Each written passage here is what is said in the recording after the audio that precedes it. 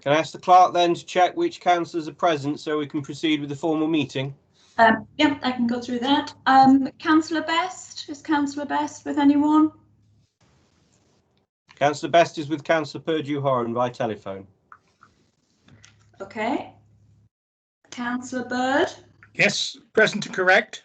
Councillor Leach? Yes. Councillor Lewis? Yes, present but incorrect. Councillor Money? I'm here, yes. Thank you. Councillor Mosque? Here. Councillor Purdue-Horan? Yes, here. Councillor Shelton? Present. Councillor Sims? Yes. Councillor Stapleton? Yes, hello, good evening. Councillor John Stockwood, I can see him. Councillor Maureen Stockwood, I can also see as well. Present. Councillor Wallace. Yes, present. And Councillor Williams. Present. Thank you very much.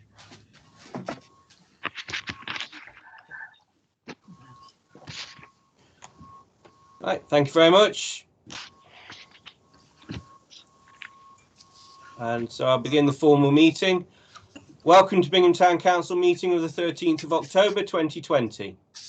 The council meetings follow the standing orders, and these are available on the council's website. The standing orders for public participation are 3E to 3K, and the rules for disorderly conduct are 2A to 2C. First item on the agenda is apologies. To receive apologies for absence and acceptance. Clerk. We're all present. Thank you very much. Do you have any declarations of interest? Councillors who wish to declare an interest, if you wish to use the virtual hand, you can do so. However, there are more people in the meeting than on one screen worth of name, and I will have to look up and down the list to see you. So it may be the case that I will ask for speakers at various points within the meeting, and you say your name at the appropriate junction, and then I'll make a list of who's to speak on each item. So for declarations of interest, do you have any declarations of interest?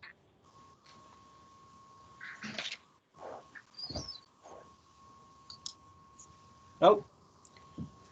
So we now move to item 3, members of the public to ask the questions and make observations to the town council. As per the instructions within the agenda, I'll take the names of all the people who wish to speak, and then we'll divide the time amongst those who wish to wish to speak. So can I have the names of the people members of the public who wish to speak? Elizabeth Hutchison. Elizabeth Hutchinson.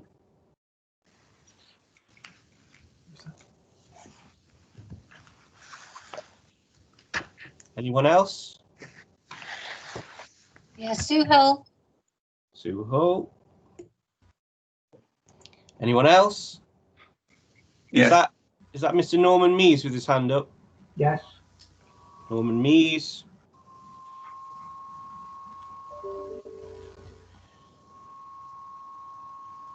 That's the only hand I can see up. Is any other? No, Mr. Fox. Oh, sorry, Tony Fox. Yeah. And is any other member of the public wish to speak? Can you say your name now, please?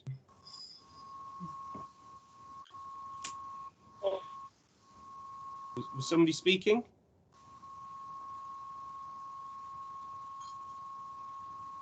Okay, so I've got 4 names to start with, so I'll go through these 4 people to listen to those comments first. Elizabeth Hutchinson. Yes, I want to refer to your resilience subcommittee meeting on Friday the 2nd of October. There has been a request for assistance which you have chose to not recommend for approval. I believe that you have had more information on that request, and is it something you're actually going to reconsider tonight, or is it something that will get taken back to resilience next meeting? Well, the information that's been provided is more details of a personal nature, and so it's my intention to say at that point that that agenda item will be considered later on this evening under confidential business, because it is all about the personal details of a resident. Okay. So I understand that the resident has provided further information, and that will be considered later tonight. Fine. Thank you. Sue Hull. Thank you, Mr. Mayor. I'm pleased to see that you're now recommending not to proceed with the restructuring of staff. I can only assume you finally realised what former councillors and members of the public have been telling you for the last 4 months was correct, and that the chance of ending in tribunal was too high a risk to take. It's such a shame that you've put your staff through this stressful ordeal in the middle of an already stressful pandemic. With this in mind, will you be following the advice of the monitoring officer and seeking independent support, such as ACAS guidance, with regards to the relationship issues between councillors and staff? Thank you, Mr. Mayor.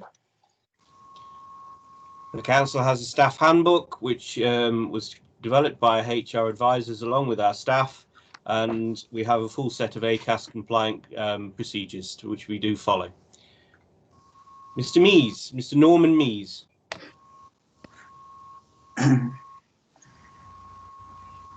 Councillor Purdue-Holland, who was Deputy Mayor and Chair of the Policy and Resource Committee, commissioned a review of financial affairs, assets, resources and personnel for Bingham Town Council. This resulted in a staffing review report being produced dated March 2019. This review states that the town and deputy town clerk have significant workload pressures and are working longer hours than they are remunerated for.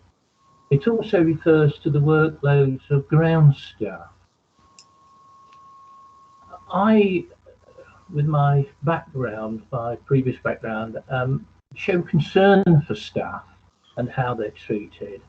And I'm a little worried about what's being done to support them. An immense amount of time and effort has been spent pursuing a restructure of Bingham Town Council and possible redundancies. The reasons being unknown as Bingham residents owing to the lack of open debate and use of private and confidential. What has Bingham Town Council put in place to employ a minutes secretary, an office manager and additional ground staff, the need for which was clearly identified in the staffing review report, which was published over 18 months ago? What's happening in respect of that? Thank you. The council created the staffing review working group, was an opportunity for employees to raise their concerns, and the views expressed in that private meeting between employees and councillors were moved forward in the restructuring process. So we're taking on board the points of the staffing review. We then had a further consultation with the employees involved, and the points raised in that consultation led us onto the restructuring. So we have listened to the views expressed. Yes, but is there going to be any additional staff? They're all overworked. What are we going to do about that? Well, there are opportunities within the agenda later on this evening for councillors to consider that matter. Mr. Fox. Hi, thank you, Mr. Mayor. My comment is regarding the 15th of September PNR committee meeting, at which a motion was put forward to adopt the recommendations in the letter from the monitoring officer. And I noted that the motion was in fact defeated. My particular concern about this is the fact that there's nothing in the minutes to refer to the reasons why it was defeated. And I think, bearing in mind the amount of time that the monitoring officer must have taken to construct the long letter that she sent in, which I read as being a positive contribution to the debate in Bingham, I think it's rather disrespectful to have a meeting and the minutes of that meeting to make no reference to why the council were being recommended through the P&R meeting not to take it forward. So I just wanted to record that. Thank you very much for your comments. The P&R committee has recommended that we proceed with the recognised process for improvement and development, which is to apply for local council award scheme. The council has made initial steps on that through its policy subcommittee. Excuse me, Mr. Mayor. Sorry, that's nice to hear, but that's just a repeat of what you said in the minutes. There's no reference in the minutes, and therefore I presume no discussion about a much more arguably significant issue, which was the letter that was sent by the monitoring officer. And to not have a dicky bird mentioned or discussed or debated about it, quite frankly, I do think that is disrespectful, actually, not just to the Rushcliffe Borough Council, but to the people of Bingham. So I'll be interested to know if you'd like to put forward now any reasons why, for instance, you as the chairman and as mayor decided to vote against this constructive request. Well, the council has considered the points raised, and we're moving forward as the recommendation that we follow the recognised process put forward by the National Association of Local Councils for Improvement and Development of Councils. This would be this has a wide range of objectives in order to achieve each level of award, and in doing so we will address many issues at the council, not just the points listed by the monitoring officer. So I think it's a long-term process of and a very positive thing that the council is agreeing to begin with, if it agrees that recommendation later this evening. Thank you very much. Those are the people who have indicated to wish to speak. Is there any other members of the public who wish to say their name so that they can speak? Jane and Jim, is that a virtual hand up? Right. Jane Costello. Anyone else?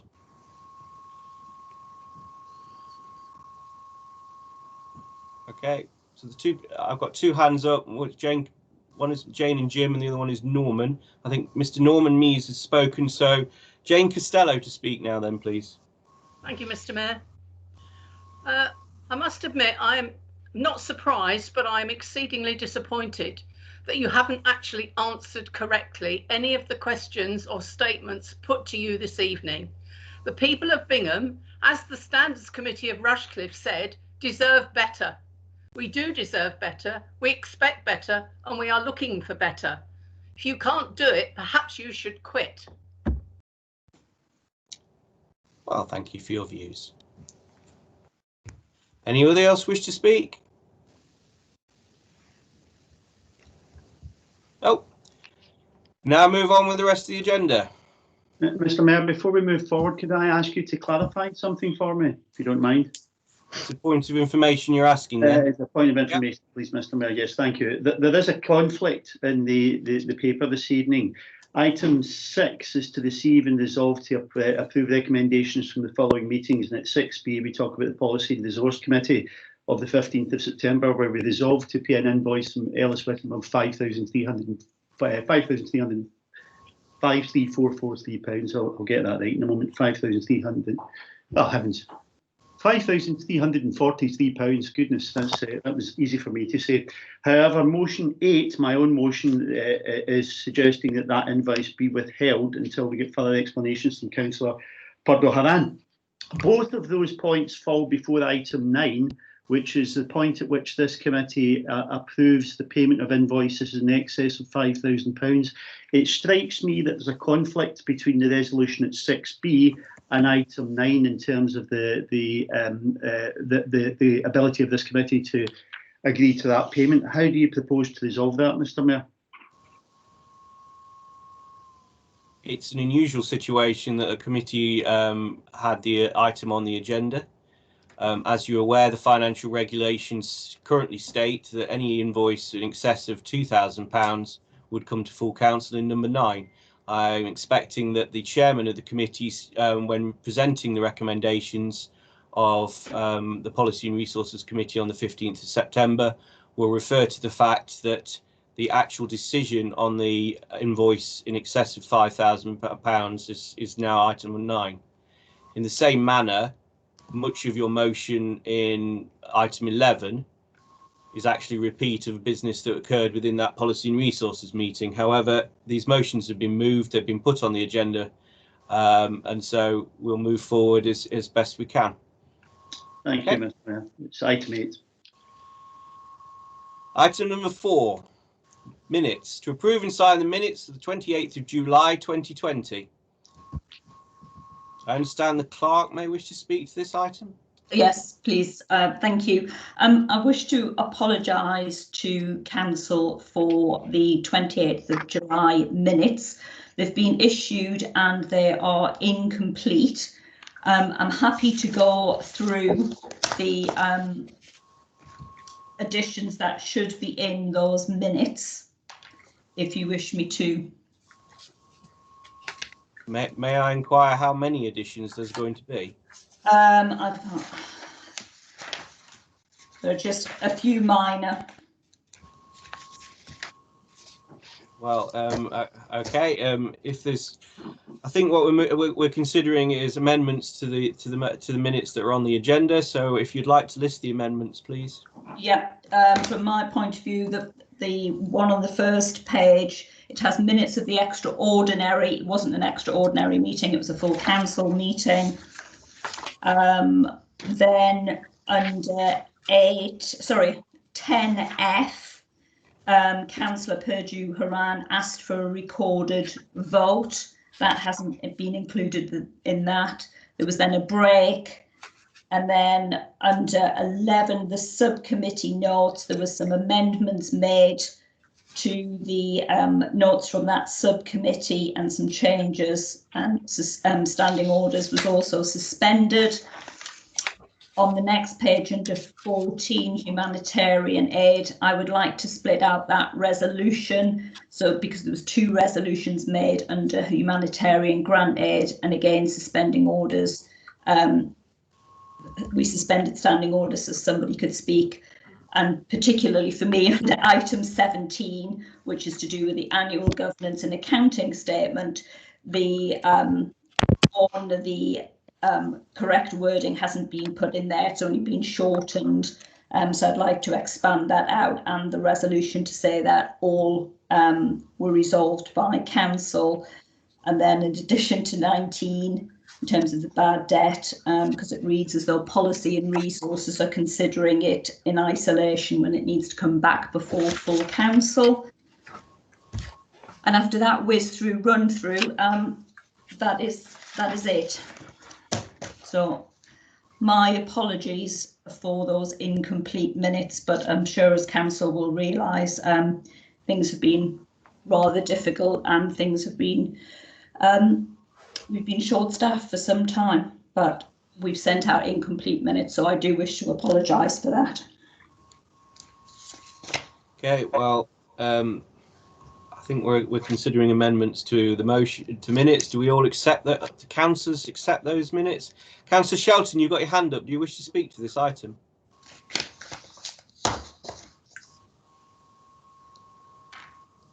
Councillor Shelton, do you wish to speak to this item? Yes. Just asking that we ask that once this is cleared through council, can we have an amended copy of the minutes, so that we've got an accurate copy rather than the incorrect one, please? Absolutely, absolutely. What I was going to suggest doing was, well, one, obviously see if council has any amendments or revisions, and then see if we're happy to approve them subject to the things I've said, but obviously issue them to everyone. Given I just did a bit of a whiz through those additions that need to go in there. It's more additional clarification than taking anything out. Things need to go in. Councillor Wallace, have your hand up? Yes, thank you, Mr. Mayor. It's a point of clarification at point 7 on the minutes in response to questions and comments from the public, where it reads, the Mayor responded that the meeting of 16th June was lawful and that the monitoring officer's advice had been followed. In actual fact, the monitoring officer's advice had not been followed. The monitoring officer's advice was to speak to the town clerk to resolve the issue of the two conflicting versions of the agenda. The Mayor did not do that. He in fact overruled the proper officer of the council and replaced the lawfully issued agenda with his own. I'm sure that the Mayor did in fact respond that the monitoring officer's advice had been followed, but in fact it hadn't. Right, but the minutes are an accurate record of what happened, what was said in the Yes. meeting. Okay, right, thank you very much. I've got no one else indicating they wish to speak. We've had a list of amendments and we've had a request that the corrected version be distributed to all councillors as soon as possible. Is it your wish that you wish to agree the amended minutes as listed by the clerk, and that all councillors receive an updated copy as soon as possible? Yes. Yes. Can we take a formal vote on that, or we just accept that as all? Anybody abstaining? Anybody disagreeing? We'll take Sorry, it that could I everybody just- agreed. Sorry, Sorry? could I just ask to hear Councillor Best's voice? I haven't actually heard her, that's all. Hello, Jane. Hello, I'm here and I wish you'd get a move on, because it's saying on the same thing all the time. Right, it's Well, so it is- easy to get it over, isn't it? It's the agenda, I'm afraid, Jane. You're going to have to bear with us, given that we can't obviously see everybody. All sorts of noises here. Yeah. It's quite disturbing sometimes. Right. My apologies, Mr. Mayor. Earlier on, when the register was being called, I'd forgotten that I had muted myself, so Jane couldn't be heard. Thank you for these points of information. We now continue with the published agenda. 4B, to approve and sign the minutes of the 18th of August 2020, an extraordinary meeting. I move them. Councillor Mrs. Stockwood seconds them. Are we all approval? Agreed. Yes. Oh, hang on a second. Is that Chris Packer? You wish to speak? I believe that there may be in need of a correction to the August 18th Yes. minutes. Mr. Clark will perhaps explain. I understand. I heard this today when I was in the office, that I have put down under 5 and point 2, it has the storm drain. That actually should read the land drain. Is that correct, Chris Packer? Yeah, that's correct. It's not the storm drain that's an issue, it's the land drain. Thank you. With that correction to those minutes, are we willing to accept them? Yes. Yes. Yes. Yeah. Thank you very much. This agenda item is just to accept to approve and sign the minutes as an accurate record. So that item is now done. We now move on to 4C, to approve and sign the minutes of the 1st of September 2020, the extraordinary meeting. Any speakers? I move those, Mr. Mayor. Thank you very much. I second it. No speakers. We move. Is there anybody wish to abstain? Anybody wish to disagree? In the absence of dissension, then we accept that those we approve and sign those minutes. Thank you. Now move on to item 5, the Mayor's announcements. I'm sure you all are aware, we are now at a high level for coronavirus restrictions. But it is the case that all councillors are receiving updates from the Royal British Legion regarding what events will occur for Remembrance Sunday on the 11th of November. And as the situation develops, further updates will be provided. Thank you very much. Now move on to item 6, committee minutes. To receive and resolve to approve recommendations from the following minutes of meetings. Community and Environment Committee on the 1st of September 2020. Councillor Mrs. Stockwood, as chair of the committee, could you briefly introduce these minutes and the recommendations within? Thank you, Mr. Mayor. In the list of outstanding items, the Mayor and myself were to work with the Bingham Community Events Group to progress Christmas Fair if possible, and the Great British Clean-up. I do wish to thank participants that took part in that. There were some members of the public did join us, but majority were my fellow councillors. I wish to thank them very much for that. We've progressed the Christmas lighting for this year, and I can assure you it will be hopefully as good as we usually produce here in Bingham. So thank you. I'd be pleased to answer any questions if anyone has any, and I move the minutes. Thank you. And that's a single recommendation regarding me being the council's representative for the Rural Market Towns grouping. Can I second that, please, Mr. Chairman? Certainly can, Councillor Lewis. Does anybody wish to speak amongst the councillors? Yes, please. Councillor Leach. Just what I'm being asked by the members of the public, and is the Christmas fair on? There has been an announcement put on the website and everything that unfortunately this year it will not take place as usual on the date chosen. Oh, that's a shame, because people were looking forward to it. There were a lot of problems about social distancing and crowds gathering, because if any music or groups were likely to be. So it's virtually, we cannot, the whole of the marketplace was going to have to be surrounded by barriers with a ticketed entrance, and so that we could keep a control of the numbers. So, you know, it's most unfortunate, and that is, and the entertainments weren't coming. So that's the position we all find ourselves in this year. Councillor Leach. Thank you. Are there any other questions from councillors? Nope. There's a recommendation. Are there anybody wishing to abstain on the recommendation? To resolve to approve the recommendation? Anybody wish to vote against? In the absence of dissension, then we accept the recommendations, or sorry, resolve to approve the recommendations from the Community Environment Committee. We now move on to the Policy and Resources Committee of the 15th of September. Councillor Purdue-Horan. Thank you, Mr. Mayor. I wish to move the minutes of the meeting of Policy and Resources on Tuesday, the 15th of September. Councillors will have had an opportunity to read the minutes, so I won't go through them in detail, but I will just refer to the recommendations, and obviously for the benefit of councillors I will point out there are one or two items, or a couple of items that we won't approve under this report. They will be taken separately, as you confirmed to Councillor Wallace earlier.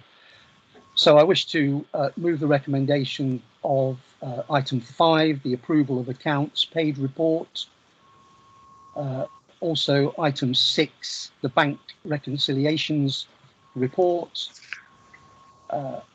Also item 8, the Christmas lighting quotations, to recommend quotation number 2 from Gala Lights be accepted for a 3-year contract for £8,320 per year.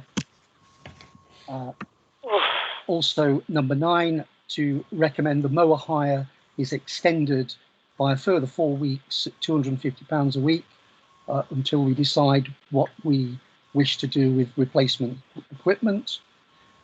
As councillors know, item 10, we had a number of requests for assistance towards budget shortfalls with local groups, and it was recommended £3,930.50 is awarded to Bingham Bowls Club, £500 to the Rosie May Foundation, based in Bingham, and £500 without setting a precedent to the British Red Cross from the humanitarian aid budget. We also recommend 1,250 is awarded to the Bingham Bullets Junior Netball Club from the community grant budget. Item 11, a recommendation that a grant of £540 be awarded to the Community Heartbeat Trust charity to cover the cost over the next 4 years for the annual maintenance support contract for the defibrillator in the marketplace. Item 14, Mr. Mayor, was a previous recommendation from the Resilience Committee that we recommend and was approved, and I think has been paid. That is not another one that's coming up. Item 15, with regard to an invoice to Ellis Whittam, which is about 4,500 plus VAT. We will defer that to a later discussion in this meeting. And item 16, the monitoring officer's letter, it was discussed, Mr. Mayor, as you quite rightly said earlier, rather than spending out money on a governance review, we've looked at the now scheme of the local council award scheme, and we recommend that we make preparations to submit to that particular scheme. Firstly off, I think it's the foundation level. So apart from the confidential business, Mr. Mayor, which I will cover later, I commend this report to councillors. Mr. Chairman, Councillor Lewis, you've indicated you wish to speak. I have raised my hand. Yeah. Yes, I'm happy to see that the payment of the Ellis Whittam invoice has been deferred to after items 8 and 9 on the agenda. But I am slightly concerned that you're still moving that we accept the rejection of the monitoring officer's recommendation that the council undertakes a governance review when that's the subject matter of a motion proposed by myself and seconded by Councillor Tony Wallace, which is at item 11 on the agenda. And to that extent, I oppose Councillor Purdue-Horan's recommendation that we effectively pre-decide the outcome of that motion. So I'm moving an amendment that recommendation be deferred until we've discussed and decided item 11 on the agenda. Point of order, Mr. Chairman, or point of information. In actual fact, during the discussion that evening, I don't know if Councillor Lewis was there on the evening. Yes, he was. We didn't actually reject the monitoring officer's advice. What we considered was that was an option open to us later on, but an entirely appropriate alternative is to look at the NALCS Local Council Award Scheme, which also is appropriate for governance. And this town council was one of the first parish and town councils to be awarded quality town council status in previous years, and under a previous clerk we were able to renew that qualification, but the quality town council scheme I think has since sort of disappeared, and the local council awards scheme is an extremely robust and reasonable scheme for us to aim for in 3 stages, which I think is entirely reasonable for the council to accept. If I may, Mr. Chairman, once again, what Councillor Purdue-Horan is saying is all very well, but the recommendation that he's moving that we adopt is that we do not follow the recommendation contained in the Borough Solicitor and Monitoring Officer's letter to the Council dated the 14th July 2020, which is the subject matter of my motion, which is seconded by Councillor Wallace, which is at item 11 of the agenda, and therefore what you're suggesting is that we simply preempt that discussion and prevent it taking place, which I think is frankly unlawful and certainly contrary to our standing orders, and I therefore oppose that recommendation. Thank you very much, everyone. Mr. Mayor. If Councillor Purdue-Horan is prepared, Mr. Mayor. that recommendation Hello. The meeting. Am I item 11, ruling on standing then orders? consent. Oh, for God's sake! Excuse me? Could I please have a word? I'm speaking, and when I speak, I will indicate for you to speak when it's your turn. Well, I had my hand up, if you did not notice. I have noticed, and I have said that I'm speaking, and I will indicate for you to speak when it's your turn. The recommendation in the papers is that the town council register with the local council's award scheme and begin work to meet the criteria. That is the text of the recommendation that you are being asked to approve. It doesn't refer to the rest of the motion. It's a curious situation that we have a motion on the full council agenda that is effectively exactly the same as was attempted to be as a motion at a committee meeting. But that seems to have been put on the agenda as a valid motion, so we'll consider it when we get to that item.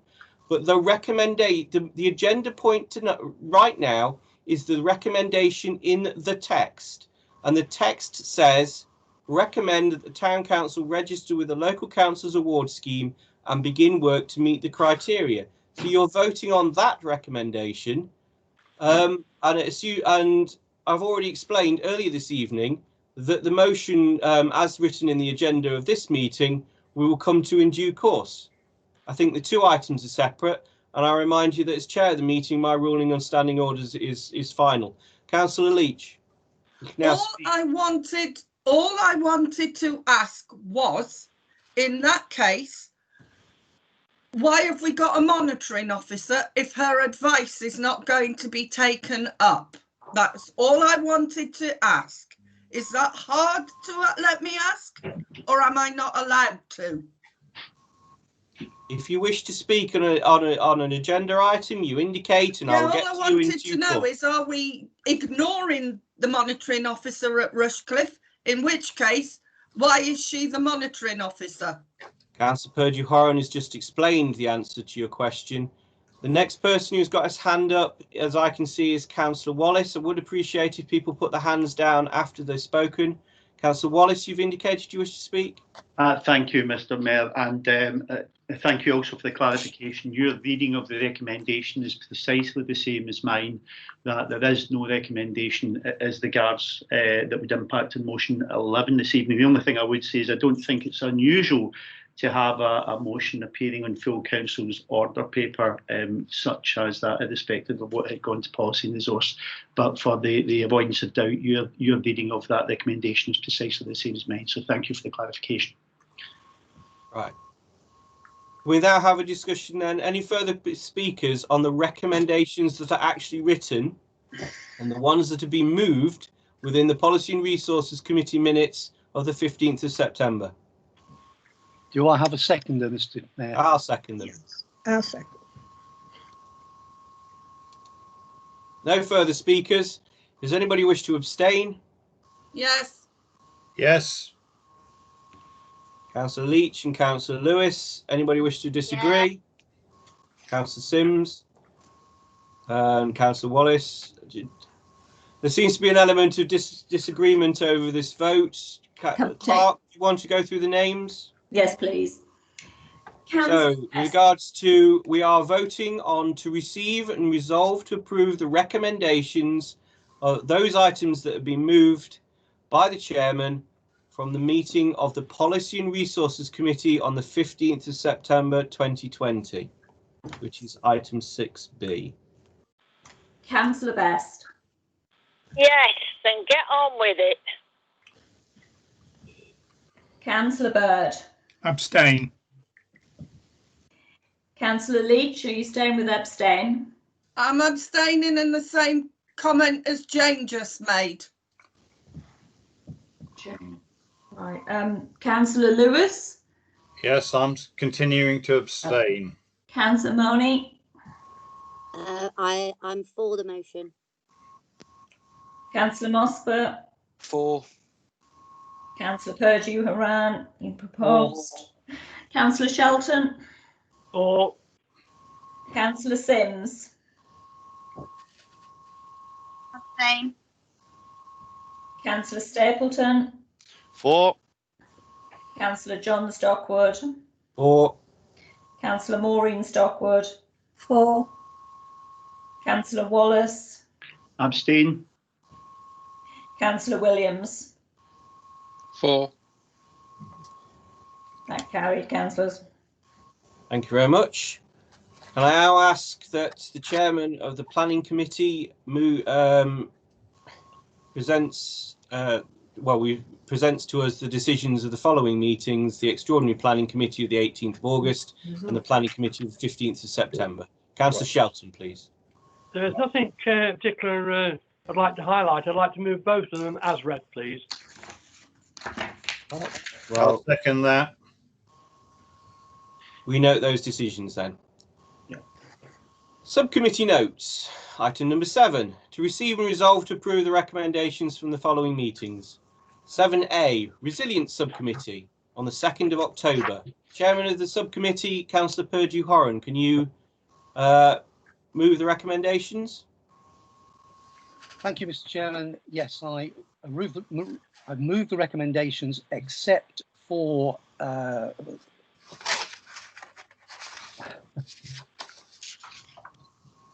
sorry, I've lost my notes. Resilience Subcommittee. I know I printed them out. On the 2nd of October, I move the recommendations except for the item for assistance, which I feel must be moved to confidential matters. So apart from that item, I move the recommendations. Thank you very much. Seconders. Can I second that? Councillor Lewis and Councillor Shelton wish to second. Does anybody else wish to speak? Councillor Leach, you have your hand up. Do you wish to speak? Oh no, sorry. Okay. Sorry, No. Mr. Mayor. Okay, well, with no speakers then, we now move to the vote on the recommendations of the Resilience Subcommittee. All those, is there anybody going to abstain? Nope. Anybody going to vote against? Right, in the absence of dissension then, we accept the Resilience Subcommittee minutes, recommendations of the 2nd of October. We We now move on to 7B, the Car Park Subcommittee, which was on the 9th of October 2020. At that meeting, I was made chair of that committee, a subcommittee, sorry. And there is a recommendation that the chair and the subcommittee and the clerk receive delegated authority to select from 3 quotes to clear the land of scrub, rubbish and trees, with replacement trees being placed at an alternative location. So I move the recommendation in the papers and take any questions. I'll second Councillor those. Leach, then Councillor Lewis. I would like to apologise, Mr. Mayor, for last Friday. I missed the meeting last Friday because my partner was not well. I was not well. So I do apologise for not being there. Well, thank you. I'm sorry to hear of your ill health, and I hope you're recovering. Oh, we're all right now. now. Thank you. Councillor Lewis.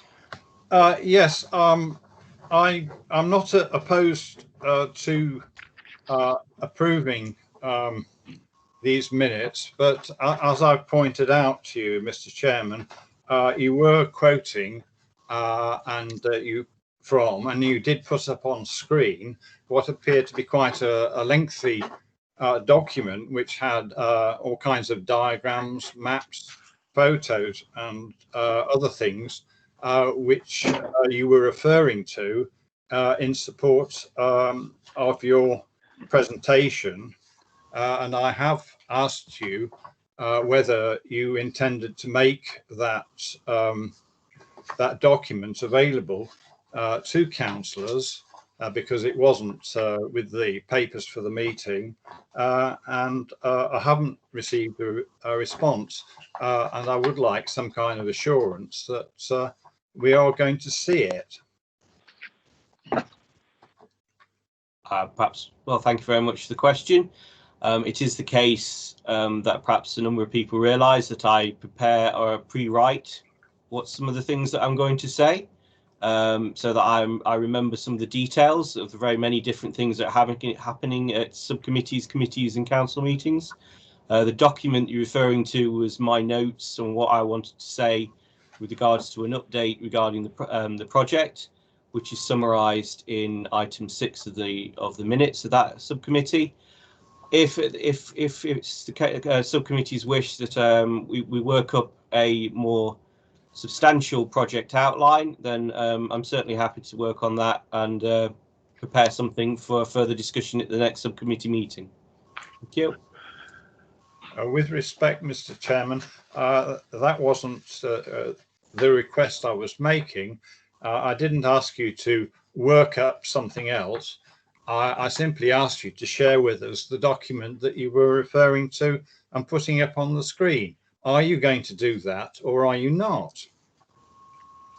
I generally speaking, the notes I prepare for speeches that I'm going to give in meetings, I don't share.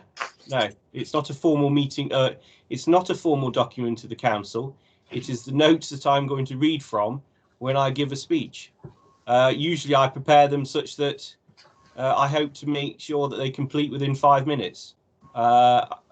I thought it was helpful that it had some pictures in, but as I say, the notes that I read from are not a formal document to the council. But if you want a more substantial project update with some, which is presented as a structured document, then I'm happy to work on that for the next subcommittee meeting. Thank you, Mr. Chairman. Okay. Those are the only 2 hands that are currently up have spoken. Is there any other questions relating to the car park subcommittee minute recommendations? Oh, thank you very much. But it's still the notes. It's not relied on for a decision. It's actually my notes for my speech, and the decision is in there in the papers. Right. I've moved the recommendation, as I think that was seconded by somebody. Yeah, does anybody wish to vote against?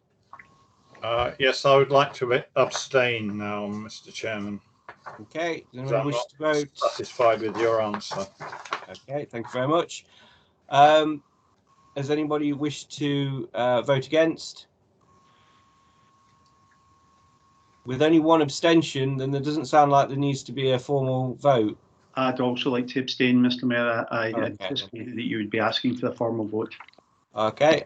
In the presence of disagreement, then we'll move to a formal vote on 7B to approve the recommendations from the Car Park Subcommittee.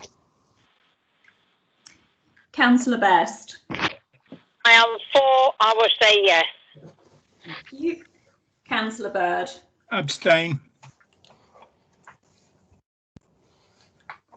Councillor Leach. The same. Councillor Money. For. Councillor Mosbert. 4. Councillor Purdue-Haran. 4. Councillor Shelton. Sorry, I didn't hear Councillor Shelton. 4. Thank you. Councillor Sims. Abstain. Councillor Stapleton. 4. And it was lots of information, John. Thanks for the presentation before. Subcommittee. Councillor John Stockwood. 4. Councillor Maureen Stockwood. 4. Councillor Wallace, are you abstaining still? I'm abstaining, yes, thank you. Thank you. And Councillor Williams. 4. Thank you, that carried. Thank you very much then. So just to repeat the rules of council meetings, we're either for or against or abstaining when it comes to votes. And if we're not speaking, then can we please turn off our microphones? I believe there's a certain amount of background chatter coming through. And so I again ask that if you're not speaking, an agenda, we switch the microphone off. And okay, I think we're all practicing a virtual hand use. We now move on to item 7C, Policy Subcommittee, 9th of October 2020. The chair of the Policy Subcommittee is Councillor Purdue-Haran. I'd like to move the recommendations for the Policy Subcommittee, which is item 7C. Would you like to Thank you. Yeah. Thank you, Mr. Mayor. I wish to move the recommendations of the Policy Subcommittee held on Friday, the 9th of October. Very quickly, item 6, meeting arrangements. I recommend a new policy that confirms before all meetings, the chairman of the meeting of the committee is consulted on the agenda 14 calendar days before the meeting. An agenda is agreed by the chair. An agenda agreed by the chair is not subsequently altered without further agreement by the chairman.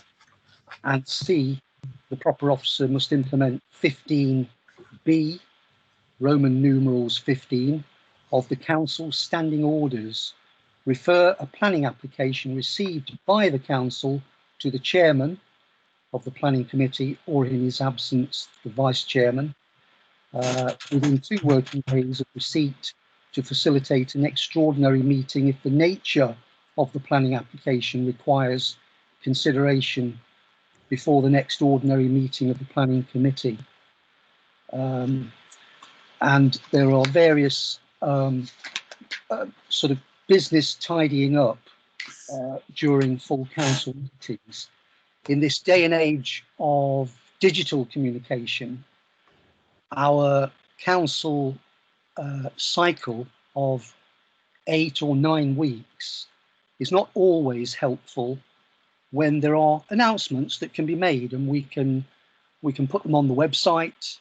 They can be shared over social media to bring items, news items that are of interest to the community much quicker. They don't have to wait for a full council. Similarly, with borough and county councillor reports, they should be shared as soon as they possibly can, and not wait for the next town council meeting, and so on. Item 7, we have recommended some updates to the staff handbook, which are listed, and also item 8, policies for the local council's award scheme, and the subcommittee supports the consideration that policies would require updating to allow the council to work towards the foundation level of the local council's award scheme. Includes a publication scheme must be updated and implemented, the complaint procedure must be updated, current priorities must be collated in an action plan for the current year, the risk register must be updated, the asset register must be updated, staff contracts must be updated, training records for all staff and councillors in the last year must be prepared, and the clerk must achieve 12 continuous professional development points in the year. As part of the work to update policies, the environmental policy must be complemented with a biodiversity policy. Mr. Mayor, I recommend this report to council. Do I have a seconder? I'll second and you're moving the approval of the recommendation that we resolve the recommendations. Right. On a second, I have 6 people indicating they wish to speak. The first one is Councillor Leach, then Councillor. Oh no, not me. Councillor Bird, then Councillor Clark. Then the Clerk, then Councillor Wallace, then Councillor Williams. Those are the order I saw the hands go up. So we'll move through the speakers. Councillor Leach first. The only one that I'm really interested in there is the biodiversity and environment. As far as I'm concerned, the amount of trees that are being allowed to be chopped down around this area and surrounding area, I don't agree with, because that is nothing to do with biodiversity and the environment. It's killing off places where the birds and the animals live, and it's causing more flooding than enough. And I tell you what, the bottom of our estate was flooded a few days ago and it lifted the pavement. So sorry, that's the only one that I'm interested in. And until the council can prove to me that they're interested in saving the environment, I will abstain on that one. Thank you. Okay. Councillor Mrs. Stockwood, you wish to speak?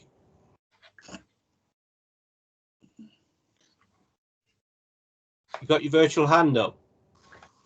Sorry, I'll mark you down as an accidental virtual hand then. Councillor says- Bird is the next person who wishes to speak. Yes, thank you very much. I have 4 points I'd like to make. Given that the minutes don't include what was said and the fact that the meetings are not allowable to the public, there are a number of things that concern me. One, both Councillor Wallace and myself both voted against the idea of keeping this meeting away from the public. I think that is wrong. I think these are things that are very important that the public know about, and I would like that ideally to go in the minutes, but obviously that is not happening.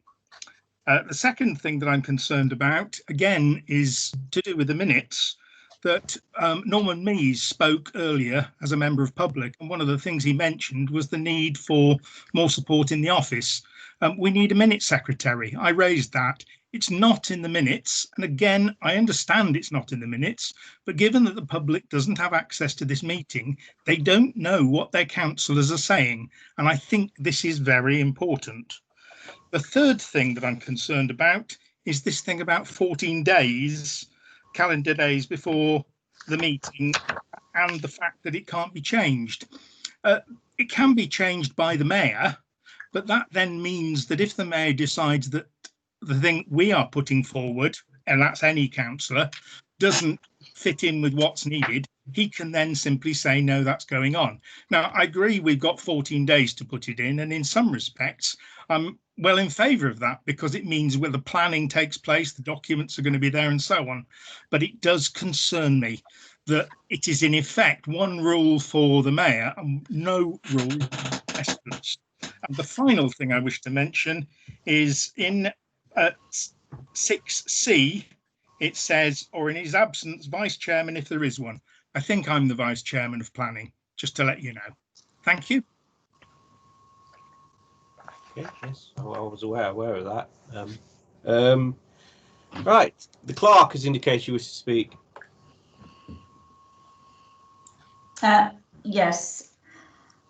I just wanted to point out that I thought it was unfortunate that this meeting went ahead in my absence because it wasn't in any schedule. There are several concerns contained within these minutes that I believe require further consideration, not least because they haven't even been through a committee route. They've come straight from a subcommittee straight to full council.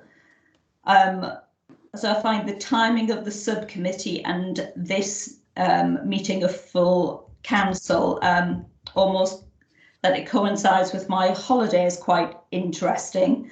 There does seem to be an unnatural speed to get these through full council.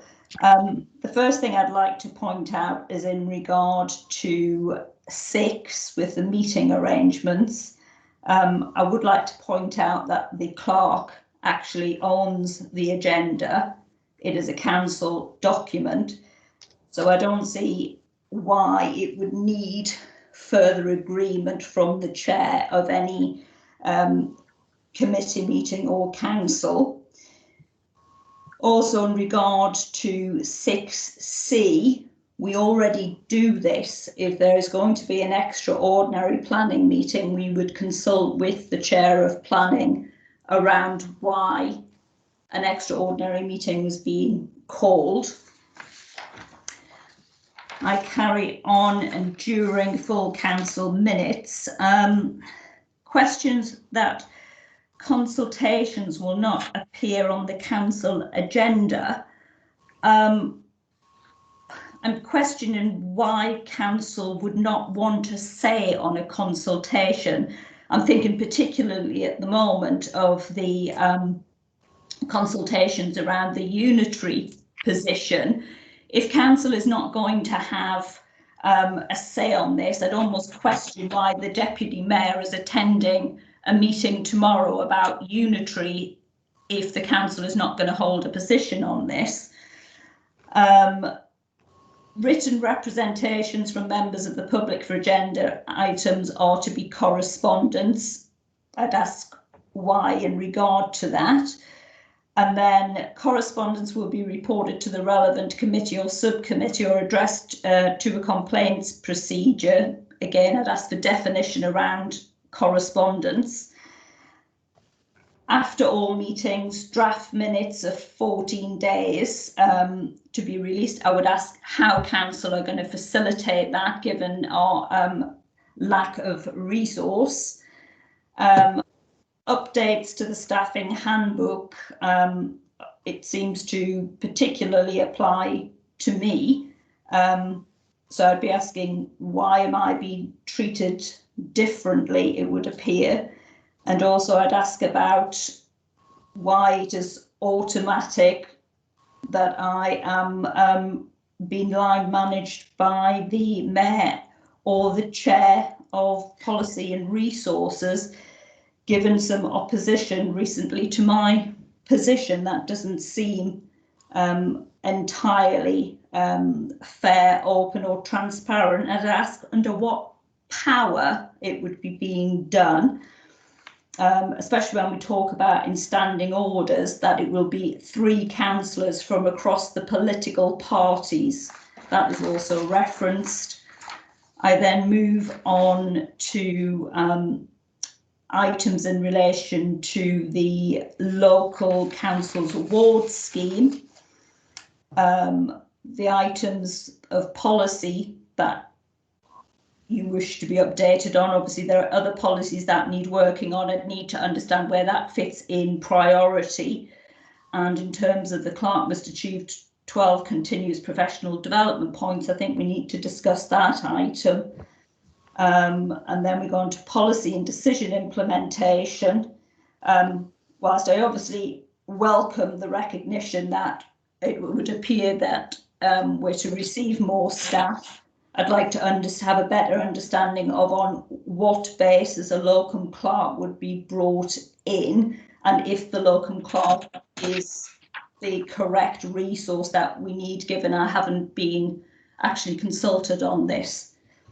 So they would be the points I would like covering, please. Oh, thank you for that speech. Councillor Wallace has indicated you wish to speak. Thank you, Mr. Mayor. There's a pattern developing here, and it's a bit of a sad pattern. People may agree or disagree with me, but I fundamentally believe that there's a democratic process that's in play here. We are all renting the seats on council. Will be gone at the next election. Some of us, some new people might come in, and the structure of council has to be fundamentally sound to go forward, and we have to adhere to some democratic principles if we're really to uphold the trust that the people of Bingham have put in us. And I'm really worried about this, really concerned about this. The policy subcommittee, the notification for that was sent to me a week past on Monday for a meeting on Friday the 9th of October at 3 o'clock. And I'll be honest with you, I don't even remember the formation of a policy subcommittee, and had to ask the Deputy Town Clerk when we decided to have this subcommittee. And it was formed in October 2019. It has never met, it's never got together, but it does have terms of reference in there. And the bizarre thing is that all of the members of the Policy and Resource Standing Committee are also members of this policy subcommittee. Now, the Policy and Resource Committee is long-standing, and it has the responsibility for the effective management and control of the financial affairs, assets, resources and personnel of the council, and it then goes on to list that. The Policy Subcommittee has 3 new points included on it. It shall not have public participation at the subcommittee. It shall not allow the press and public to attend the subcommittee, and it shall not require advance public notice of those meetings.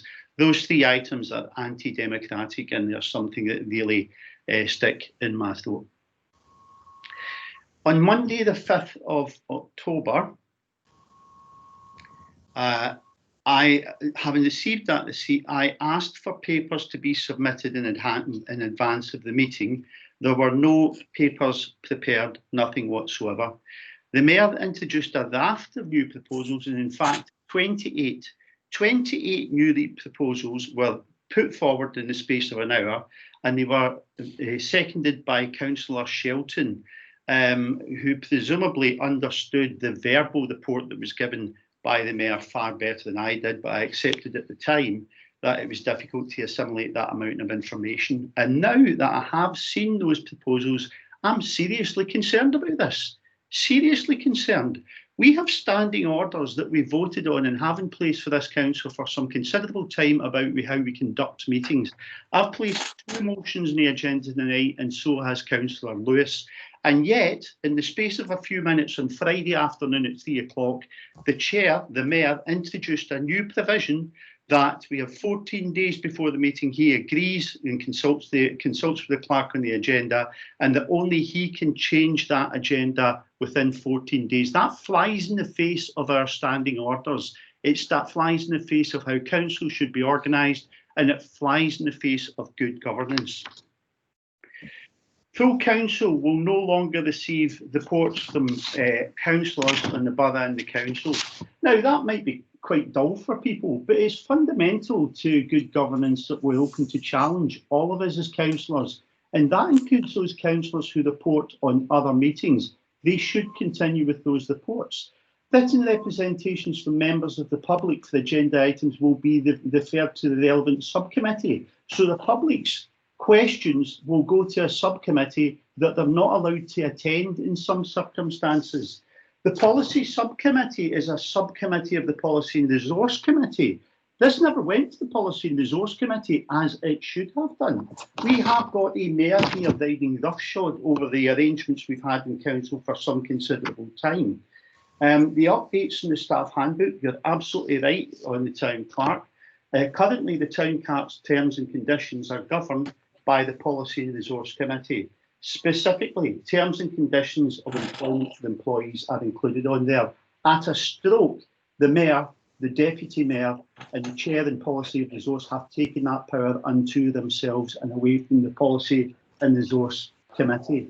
This is outrageous. This is an abuse of the democratic process from start to finish. We were not told what was going to happen in advance, and it's presented as a fait accompli this evening. Mr. Mayor, you should be ashamed of yourself. Thank you. Councillor Williams. Thank you, Mr. Mayor. Mine's only a short question. It's just in relation to 9C, where it's got stated installation of snake. I take that's the rock snake at Wychwood, that we're not installation of a snake in Bingham, just to get that correct. It's the rock snake. Thank you. Sorry. Perhaps we need a real snake around Bingham. Thank you for that point of information, Councillor Leach. Councillor Sims has raised a hand. Hiya, can you hear me okay? Yeah, we can, Jam. Okay, so I just want to say two things. One, John, I really do hope you're going to respond to what Sharon said today, because I think it's really important to show that you are listening and taking on board her points. And two, I also really hope that the borough councillors that are present listening to this actually take this back and discuss their actions of what some councillors are doing this evening. Thank you. Okay, thank you very much. Chairman of the Policy Subcommittee, do you wish to speak or we move on? You mean to respond? Wrap up the debate. Yeah. Yeah, I mean, Mr. Mayor, there's nothing in here that is revolutionary. It is seeking to clarify items in standing orders and in the staff handbook. And of course, we're very happy to discuss it with the town clerk when she returns. And I sorry, I missed it at the end, of course. As we all know, in item 9, we are talking about specific additional capacity to help on a temporary basis for a trained locum clerk.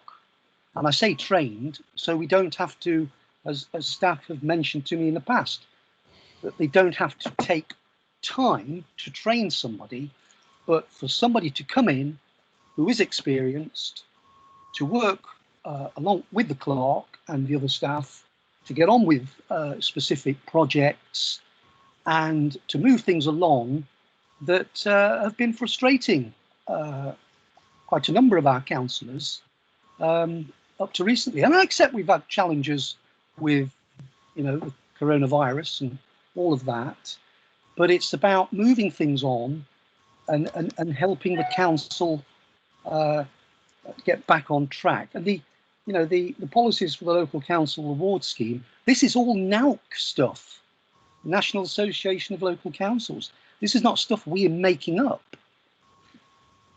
So I urge councillors to vote for this, vote for these recommendations. Right. No further speakers. We now move to the vote, which is... Yes, you've got one, John. The town clerk's got a hand up. I believe the town clerk has already spoken once this evening. And also Councillor Mrs Stockwood's waiting. Councillor Mrs Stockwood. Thank you, Mr. Mayor. I consider this document that's before us from the Policy Subcommittee to be full of good ideas. It's all about councillors being fully informed all the time and to enable council to take this council forward. That's what we're working towards. And just a point, subcommittees have never been held in public for years and years. We've had a promotion subcommittee for several years, all held with just councillors and then taken to the relevant council or committee meetings. Thank you. Thank you for that point of information. We now move, we've had the debate, we now move to receive and resolve to approve the recommendation from 7C Policy Subcommittee, number 9th of October 2020. Is anybody going to abstain? Yes. Anybody against? Yes, yes. Right, well, there's some dissension then. We'll move to we'll go through the names for the vote on 7C. Policy Subcommittee recommendations. Councillor Best. I vote for it and get on with. We're supposed to be here for the Bingham people, not messing about like this. Councillor Bird. Against. Councillor Leach. Against. Councillor Lewis. Against. Councillor Marnie. For. Councillor Moskva. For. Councillor Purdue Haran. For. Councillor Shelton. For. Councillor Sims. Against. Councillor Stapleton. Oh, for. Councillor John Stockwood. For. Councillor Maureen Stockwood. For. Councillor Wallace. Against. Councillor Williams. For. The minutes carried. Thank you very much. We lower our hands if we've finished speaking on that item. Can I just say how appalling it is to stop the town No, clerk because we've talking? had the debate. Now we move on to the next agenda item, which is an item. John, that's rude. Council has rules for council meetings, and when we finish the agenda item, we move on to the next agenda item. It's Thank still you. rude to 8. talk to people like that. Thank you, Mr. Mayor. Councillor Wallace is the proposer of councillor motion number 8. Can you speak, please? Thank you, Mr. Mayor. Tony Wallace, I hope you can hear me. Thank you. Tony Wallace, moving motion number 8 regarding the Ellis Whittam invoice. Councillors, earlier this year, the Conservative group in council put in motion a plan to sack the town clerk and her deputy by means of the redundancy programme. Sadly, council Mr. Mayor, council engaged the services of HR. Oh, carry on. Point of order from Councillor Purdue Haran.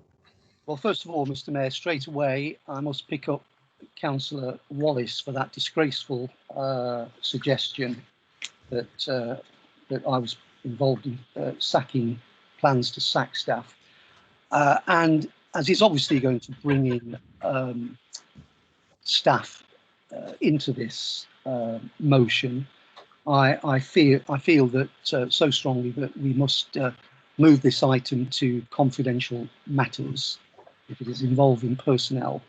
Councillor Haran, sorry, I think I've got a right to reply. Councillor Haran, you are a clever man, but you are not telepathic. I make no reference to a single member of staff in the entirety of this speech. Everything I have mentioned is in the public domain regarding the redundancy plan. Right.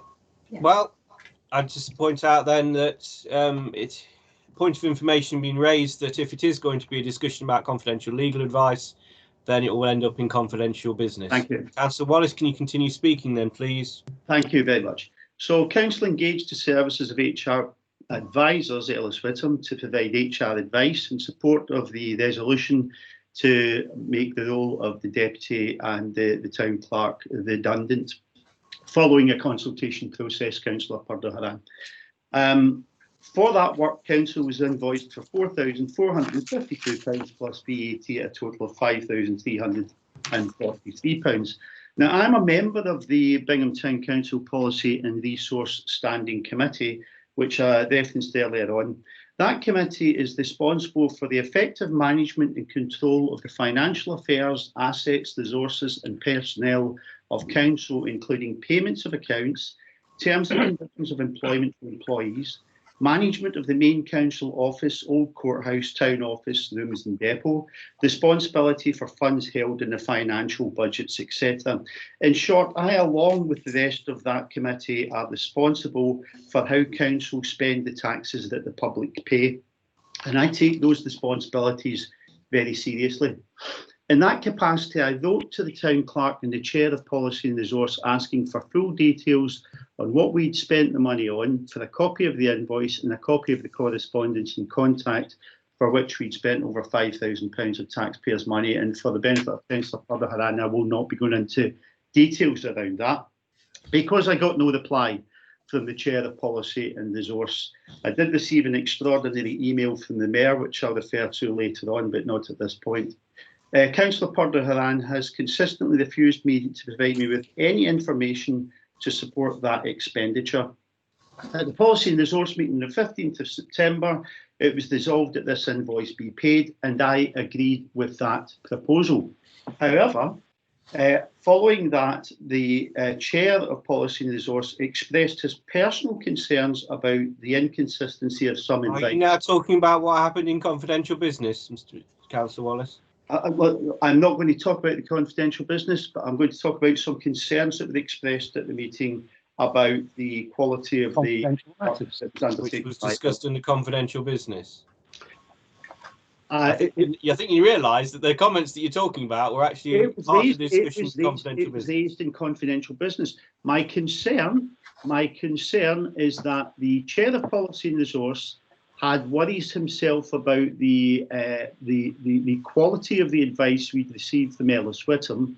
As a member of Policy and Resource, I have a fiduciary responsibility to this council and to the people of Bingham to satisfy myself that the advice we got was sound and that the sum that we're being asked to pay is reasonable. I've asked Councillor Purdo-Haran to give me some evidence to allow me to carry out my duties, and he's refused to do so. In the absence of that information, I think it would be wrong of full council to endorse the payment of that bill without a full explanation from Councillor Purdo-Haran as to why he thinks it's reasonable, given his concerns, his own concerns about the quality of the advice we received, that we meet that invoice in full. And if he doesn't do that, I don't think we should meet that invoice. Is that clear enough, Mr. Mayor? I don't think I've moved into anything particularly confidential on that point.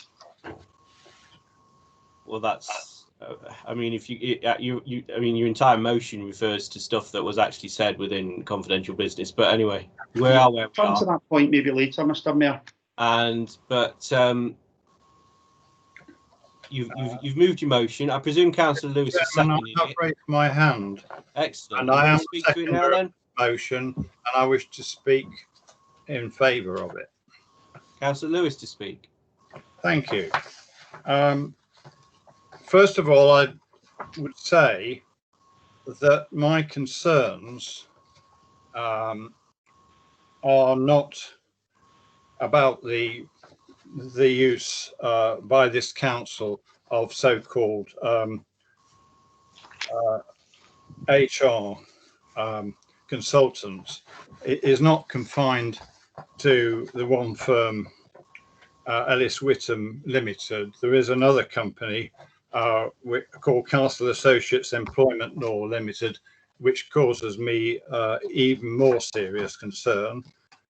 Nor is it confined to this one invoice, but I'll confine my remarks tonight to this particular invoice and point out that on the 20th of September, Councillor Wallace and I made a formal request to the council's responsible financial officer for copies of all invoices and similar documents like credit notes and breakdowns, etc., which had been received by Bingham Town Council, either from, well, including from Ellis Whittam Limited, at any time between the 1st April 2017 and the present time.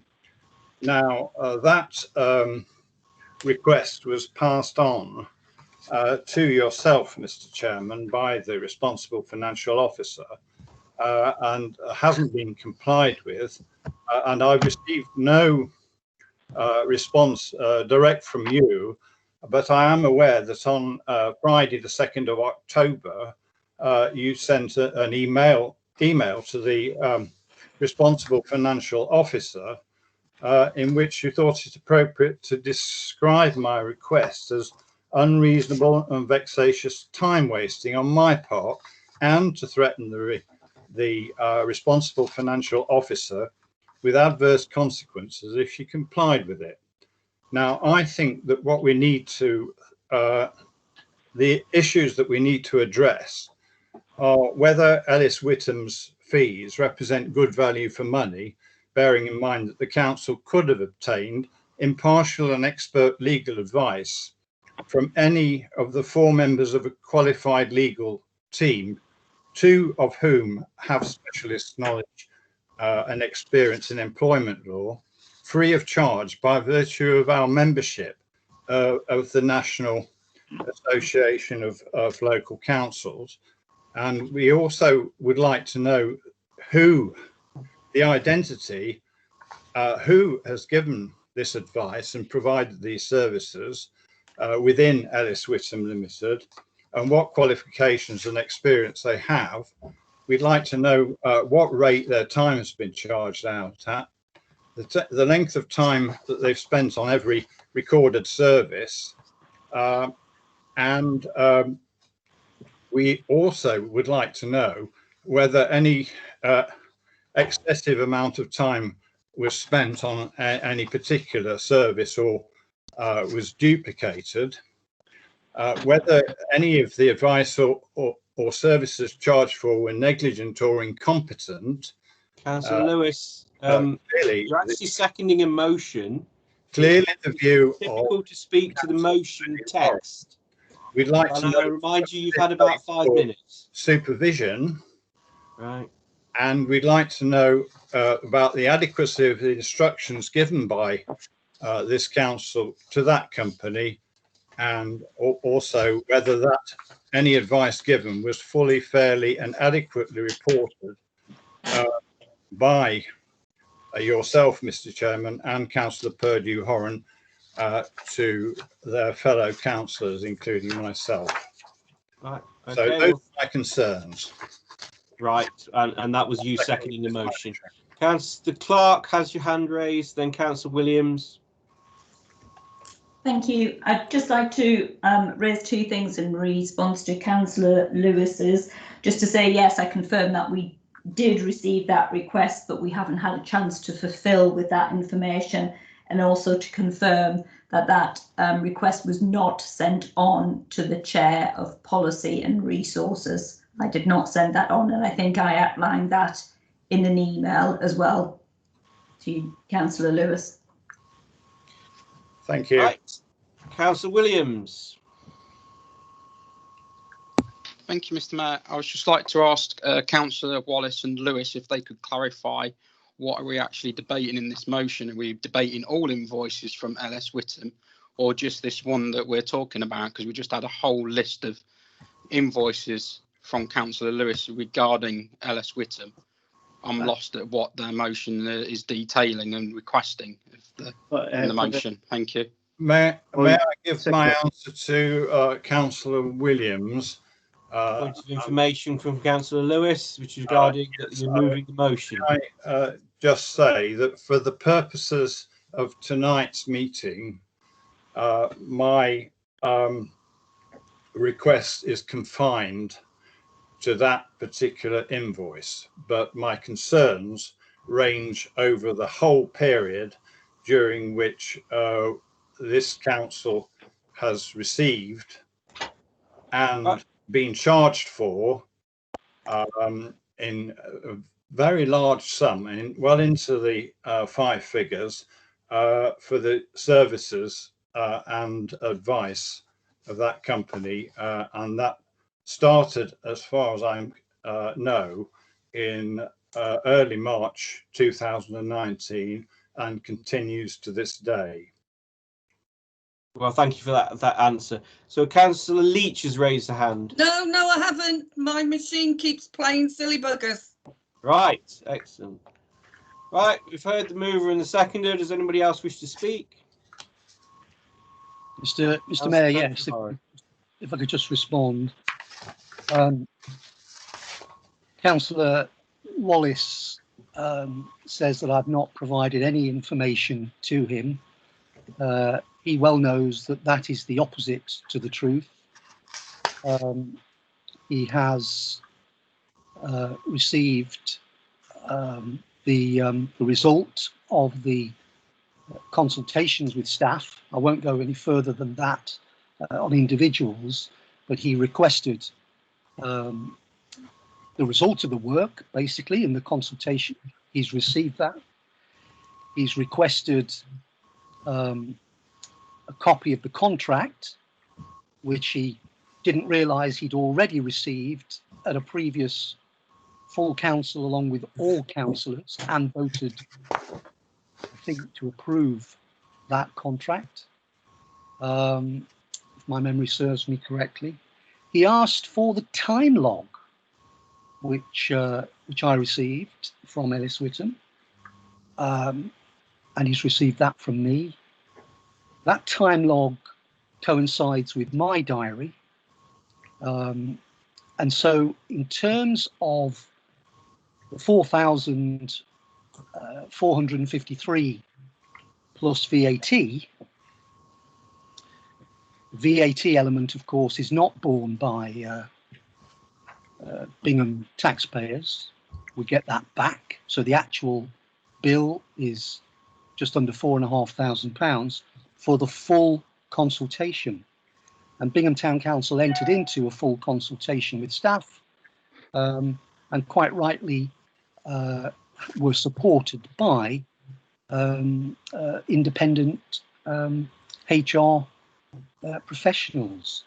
And so that is what we are being charged for in this invoice. We're actually not being charged for advice. We're only being charged for the consultation work around that. So, Mr. Mayor, I urge councillors to reject the motion under item 8. Right, each person who wishes to speak has spoken. We now move to the vote on item 8. I think under the rules of debate, I have a right of reply. As the mover of the oh, okay. I am the mover of the motion, yes, thank you. Thank you, Councillor Purdaharan, and for clarification, thank you. You have provided some of the information I requested, and my apologies if I inadvertently misled Council on that point. I think the key point for me, Councillor Purdaharan, is the fact that you opined at the last meeting that there had been a very late change in opinion by our HR advisors, which then meant that the costs that were incurred by Bingham Town Council led to naught. There was nothing of benefit to Bingham Town Council whatsoever in terms of that £5,000. On that basis, I'd like to fully understand what we're being asked to pay for, and on that basis, I asked for copies of the correspondence that had taken place between Bingham Town Council, of which I'm a member, and I'm a member of the PNR, and that information has been consistently withheld from me on a basis which I cannot understand. Neither is it lodged with the Town Clerk, neither is it lodged with the Deputy Town Clerk, and it's a possession of Bingham Town Council.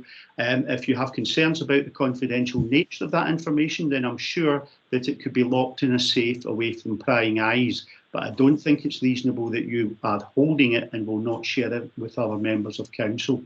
Thank you.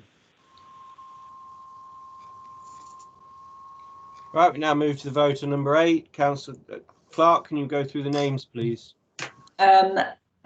Councillor Best, are you in favour of the invoice being paid to Ellis Whittam in view of the motion that Councillor Wallace and Councillor Lewis have raised?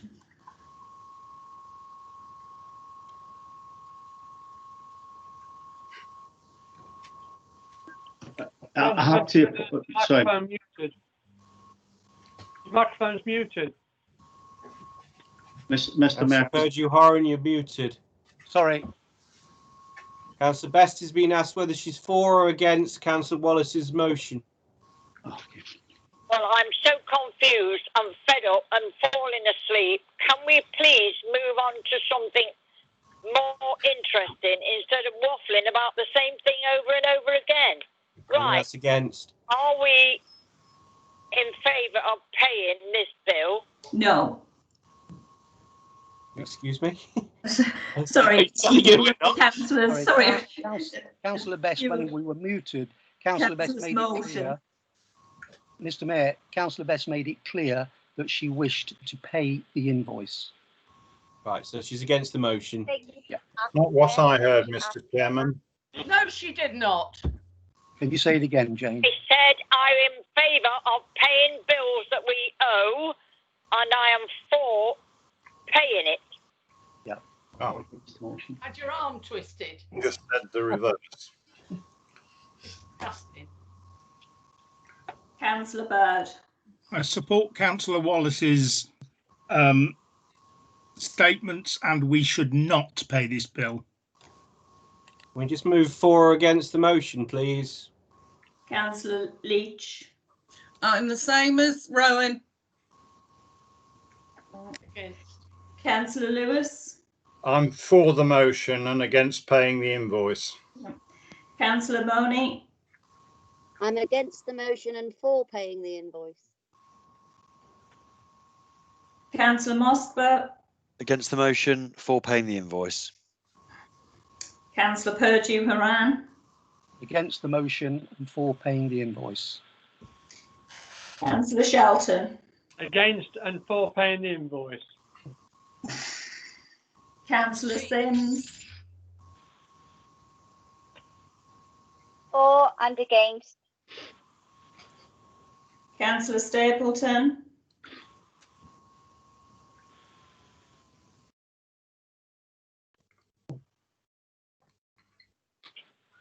Councillor Stapleton.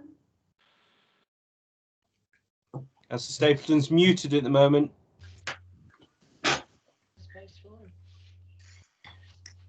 Yeah, move on. Come back to it. Was that Councillor Stapleton? No, that was Councillor Purdue Horan. Can we move to the next name, please? Councillor John Stockwood. I'm against the motion, I think. Councillor Maureen Stockwood. Against the motion. Councillor Wallace. I'm for the motion. And Councillor Williams. Against. Has Councillor Stapleton returned? Against. Thank you. So the motion did not carry, and subsequently we voted in favour of paying the invoice, which amounts to £4,452.50, and with the VAT on the top, that takes it to a total of £5,343. Money that could have been well spent somewhere else. Item number 9 on the agenda is to approve the payment of invoices in excess of £5,000. In addition to the Alice Whittam invoice that's just been discussed, are there any other invoices? No, that is the only invoice. Are we taking it that the vote has been taken on that matter? Yes, by default, I think. Thanks. Item 10, councillor motion. Councillor Wallace is the proposer. Thank you, Mr. Mayor. Councillors, the role of a mayor is to ensure balance on council. We may have differing views, but for council to work, it's essential that all parties are given the opportunity to express their views. It's essential that all councillors have access to council documents and proposals in good time to form a balanced and well-ordered debate. The mayor has to communicate with councillors, even those that disagree with him, and even those that he might find personally disagreeable. We elect a mayor to do that. It's not an easy task, and I'm sure that he finds me difficult. But councillors, the mayor's personal feelings or antipathy are irrelevant to this. His job's to ensure fair play, and if he cannot do that, then he should stand aside for somebody who can. We have huge problems on this council, perhaps best represented by the mayor's email to me on the 15th of September this year, when I wrote to the Chair of Policy and Resource and the Town Clerk asking for the Ellis Whittam information I just requested, and got a response from the Mayor to whom it was not addressed, saying this email is to inform you that I'm now blocking your emails and will therefore no longer respond to them. I'm under no obligation to receive further communications from you and will therefore block your address. The Mayor's response is extraordinary, and we have to communicate with each other even if we disagree with each other. I've had no further communications from the Mayor since then. On the 14th of July, Rushcliffe's monitoring officer wrote to Council setting out a number of recommendations to improve the running of this Council, and they reappear at item 11 that we're yet to discuss. I proposed to Council that we take that letter as an opportunity to move the business of Council forward, and unfortunately that was rejected. On the 28th of September, Rushcliffe Borough Council Standards Committee met, and I watched it live on YouTube, and it was not pleasant viewing. The councillors on there and the independent person, along with the monitoring officer, were unanimously of the view that this council is not functioning for the good of the people of Bingham, and that this isn't a new situation, that this is a development this is a position that's been in play for a number of years, certainly since before I joined this council. The view was that Bingham Town Council is the author of its own misfortune. Now, this isn't where I want this council to be, and it's why I'm going to be supporting Councillor Lewis's motions this evening that we do go back to the monitoring officer's proposals and we seek some mediation to take the matters forward. But for me, the position of the mayor has now descended to the point which would shame a despot. You've seen the move to consolidate power through the changes proposed last Friday through the policy committee earlier on this evening. But for me, the nadir of all of this was the mayor's reaction to my attempt to heal this rift at Policy and Resource. Part of a wide-ranging discussion about the issues in council as part of a closed session. You're now talking about confidential business again. Indeed. Yes, I am indeed, Mr. Mayor. You know that's breaching the confidentiality of the council again. Can I just complete my point, Mr. Mayor? Because you breached a confidentiality. The staff of Bingham Town Council were specifically excluded from that meeting, as the chair's view was that they should not be part of the conversation, and I stood by that. Notwithstanding that, the mayor took my comments in closed session and used them to challenge the town clerk and to try to bully her into revealing a conversation she'd had with me. You have proof that I bullied the clerk? I do indeed. Excuse me, I'm sorry. There's a point of information. You have proof that I bully the clerk? I've spoken to the town. Well, I suggest you send that proof to the monitoring officer. Well, I'll tell you what, I'll rescind the point about bullying. I think the clerk was placed under pressure to reveal the content of a conversation that she had with me in private and to which you had no right to know. You disclosed my words to a member of staff specifically excluded from that meeting. You breached by your own actions the obligation of confidentiality placed upon you. You attempted to obtain information about a conversation I had with the town clerk in a completely unreasonable manner, and it's only to her great credit that she didn't do that.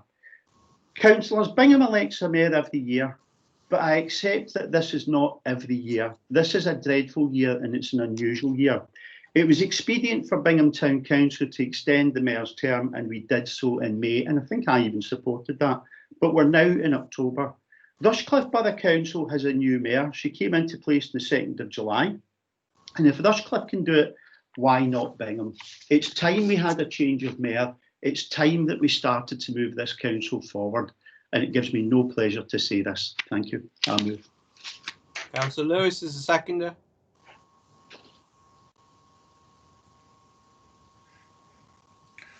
Yes, thank you, Mr. Chairman. I just pulling back to the actual meat of the motion, if I may. The statement that your term as mayor should have ended in May. The position is that our Standing Order 5B provides that the council must hold an annual meeting in the month of May in every year which isn't an election year, and Standing Order 5E says that the first item on the agenda of the annual meeting must be the election of the chairman and vice chairman of the council, and chairman and vice chairman and mayor and deputy mayor are synonymous for these purposes. Now, there's nothing in the Coronavirus Act 2020 or any regulation under it that says that the tenure of your post of chairman or mayor and Councillor Shelton's post of vice chairman or deputy mayor is automatically extended by 12 months or any other period as a result of the Act. What it does say is that if it's impossible to convene meetings as a result of the pandemic, then you should continue in office until such time as a meeting can be convened. Well, a full virtual meeting was held on the 9th of April 2020, so a suitable meeting could have been convened on the 5th, 12th, 19th or 26th of May, and wasn't. And further meetings were held of the full council in June, July, August and September, and all attempts by myself and other councillors to place this item on the agenda have either been refused without any explanation or ignored. And as Councillor Wallace has rightly pointed out, since lockdown commenced in March 2020, Notts County Council, Rushcliffe Borough Council and several parish councils in Rushcliffe have all held virtual meetings and elected new chairman and vice chairman, or mayors and deputy mayors as the case may be. And therefore there is no case for saying that you in fact continue in office as mayor, or that Councillor Shelton continues in office as deputy mayor. So that's the position as I see it, in accordance with our standing orders and indeed the law.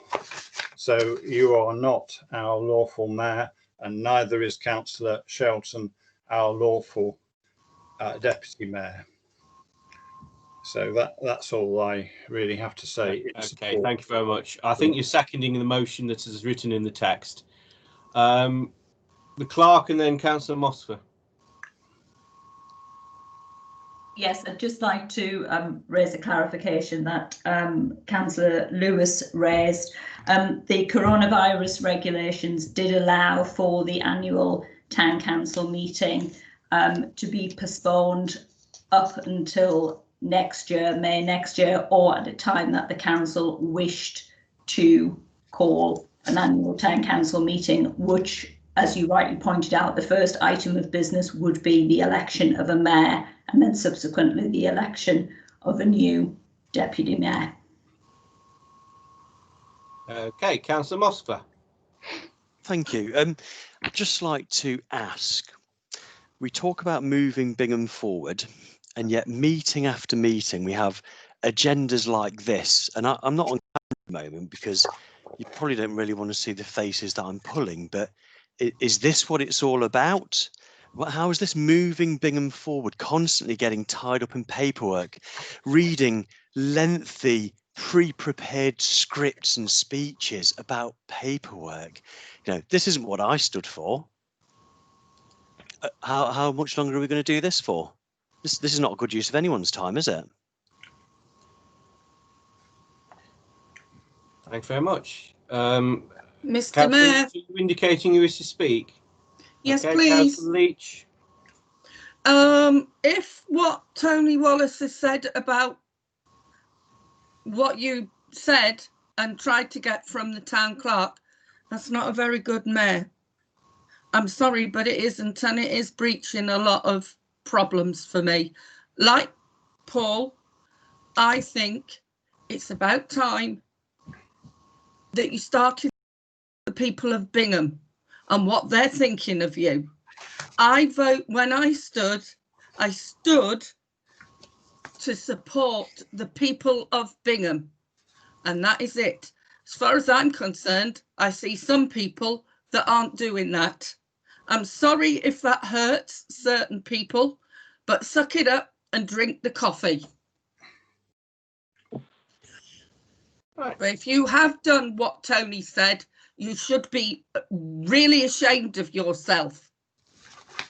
Thank you for your views. Really should, and you should think on what you've done. Councillor If Stapleton. you can admit to it. Councillor Stapleton. Thank you. I stand behind the mayor. He's done an absolutely fantastic job behind the scenes. I don't think anybody knows exactly what goes in to being a town mayor. The unbelievable paperwork at the meetings and some of us as councillors are on committees and subcommittees and putting things forward for Bingham.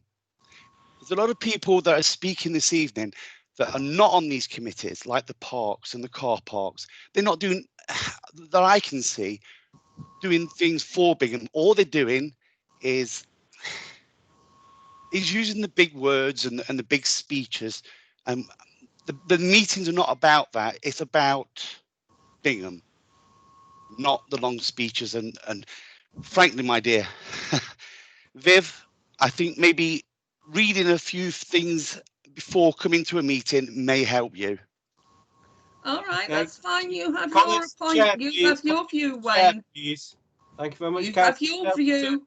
Comments to the chair, please. Councillor Money is the next person speaking, and Councillor Williams. Hi, I would just like to say that when I voted just a few months ago to extend the mayoralship for the extra year to get us through the coronavirus pandemic, it was because I genuinely thought that council meetings we would be discussing important things where we could help the people of Bingham and support them through this difficult time. As people who've been in meetings with me before, they'll know I'm not a big fan of bureaucracy. This isn't even bureaucracy. This is totally unnecessary. It's a difficult job for anybody at all in very difficult times, and we have already voted to extend this till May next year. I genuinely don't understand why we're having this discussion now. I wasn't asked to extend it, Councillor Monica. Leach, you've had your chance to speak. Councillor Williams. Thank you, Mr. Mayor. Yeah, I'm totally behind the mayor with all the work that he's doing at Bingham Town Council. That he is driving through projects and everything with the town. He's with the play parks area especially has been supportive of what we've been doing down there and the issues and meeting. Can anybody in this council as well tell me of a town mayor who will go down through a grate late at night to clear it so land in Bingham doesn't get flooded? I don't see anybody going down to those kind of areas and to carrying out that kind of work in Bingham that our mayor has been doing. And I find it offensive that he doesn't care about the people of Bingham. He has been going above and beyond in his role, and even before when he was mayor, we was doing kind of the jobs and everything, even helping to put events on in Bingham and that, and putting his name against items so events could happen. He is totally for Bingham and everything, and he is looking to drive us through and get stuff done in the town and for the good of Bingham. Thank you. Thank you. Councillor Sims.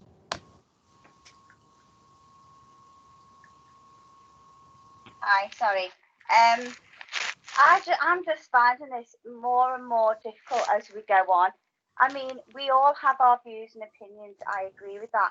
But really, are we going to all be pretending that this is all okay and say the things that some people are saying? Because I know things aren't what are being said here. So why are we all pretending just because we think it sounds good? I'm sorry, but I'm absolutely disgusted, because I just think let's all be real here and let's all be true and stop this pretending game. And some of the stuff that the mayor's done, yeah, that's great and everything. But is it really a requirement of a mayor, or is it just him doing it because he thinks it's the right thing to do? Regardless of this, can we all just sort this out once and for all? Because the people of Bingham are asking questions and the mayor is not answering them at these meetings.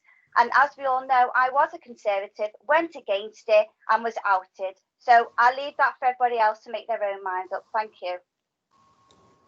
Councillor Purdue-Horan.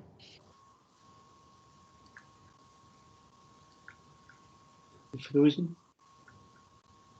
Councillor Purdue-Horan. I think he's muted himself, Mayor.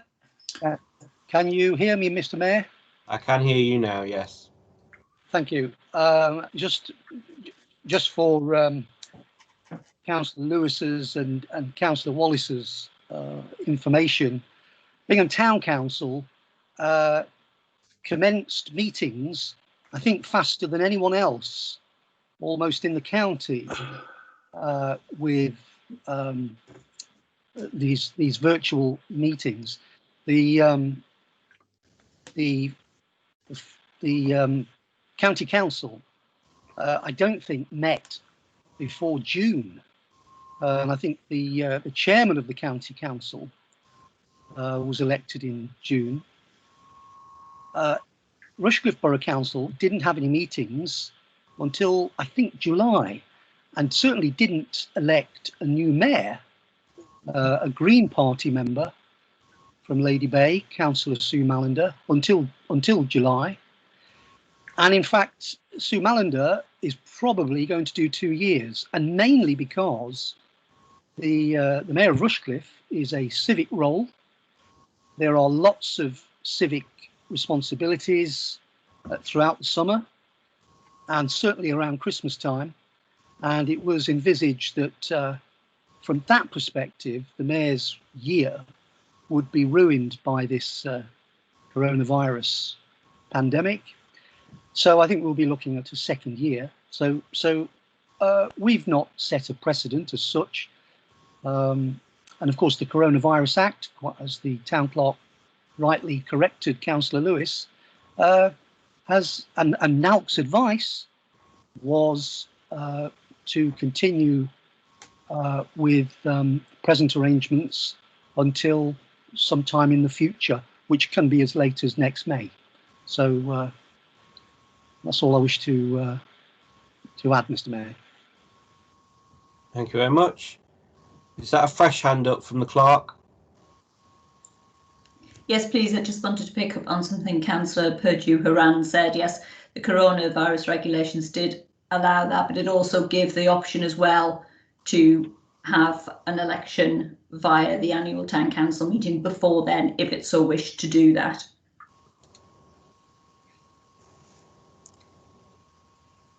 All the hands up are from people who have now spoken. So it's one speech per person each agenda item. I think, Mr. Chairman, my hand's up. I do believe you've spoken in seconding the motion. I don't think I have, Mr. Chairman. Sorry. Well, then it's Councillor Lewis then. I'm not going to go into I think actually you give a long speech remarks about the propriety of the way that or the history of the holding of virtual meetings by various councils.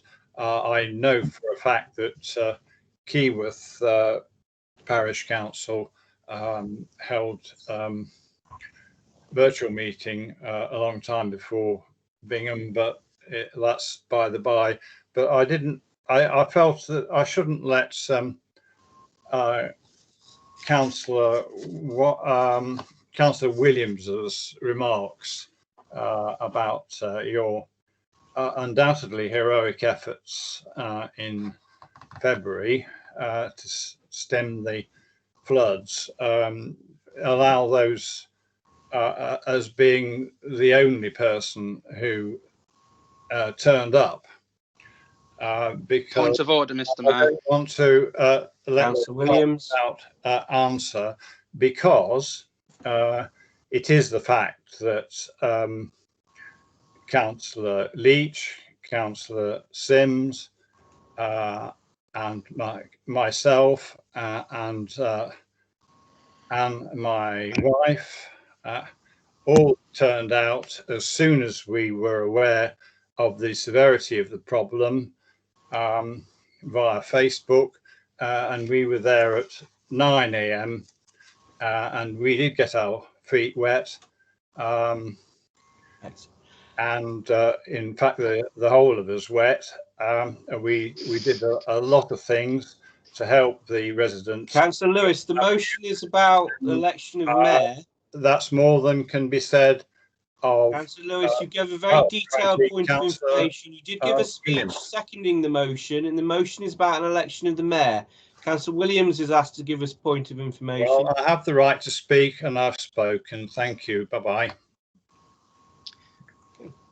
My point of order is just, to be that I wasn't just referring to the February floods. The mayor has been going down to areas of Bingham soon after that, like myself and other councillors in this meeting, to assist residents around that part of Bingham since February. I think if you went down to areas of Bingham, you might find from the residents that they just haven't had flooding issues in February. They've had it since, that have been assisted and dealt with by other councillors on this meeting. So I do thank you for coming down on the February, but they have since sorted and needed and required assistance since February. Thank you.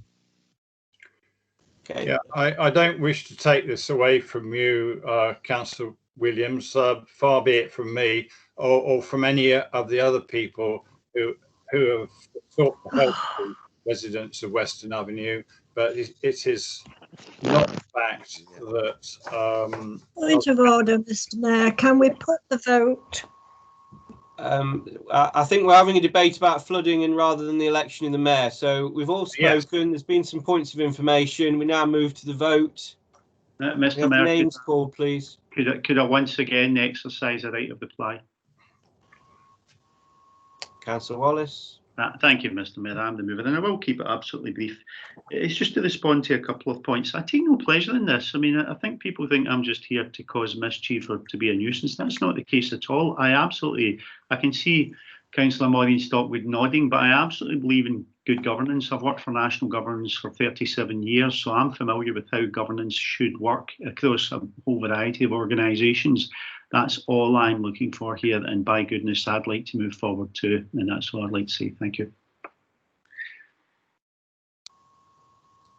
So you're exercising a right of reply. That's done. We now move to the vote then. We have the names called. We are voting for or against the motion, which is item number 10. Councillor Best. Against. Councillor Bird. For the motion. Councillor Leach. For. Councillor Lewis. For. Councillor Money. Against. Councillor Moskva. Against. Councillor Purdue-Haran. Against. Councillor Shelton. Against. Councillor Sims. Councillor Stapleton. Against. Councillor Stockwood. Against. Councillor Maureen Stockwood. Against. Councillor Wallace. For. Councillor Williams. Against. Okay. Yeah. That didn't carry. Item 11, Councillor motion, proposed by Councillor Lewis.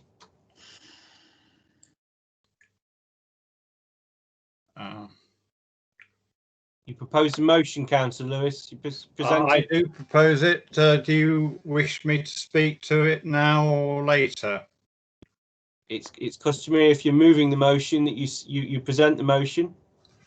Okay. I don't really have much to add to the wording of the motion, still less to read out the whole of a very long letter from the monitoring officer and borough solicitor, but the motion says that we adopt and implement the recommendations contained in the monitoring officer's letter of the 14th of July 2020, and in particular that the town clerk as proper officer be authorised and instructed to engage independent advisors to give advice and support to the council on the following.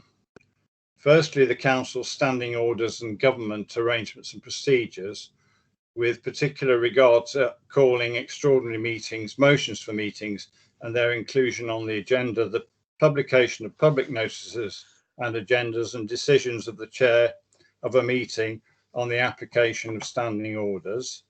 B, when and in what circumstances it's appropriate to move the council into a closed session on the grounds that publicity would be prejudicial to the public interest by reason of the confidential nature of the business to be transacted, and what business is properly classed as confidential in the light of the access to information procedure rules of Part 4.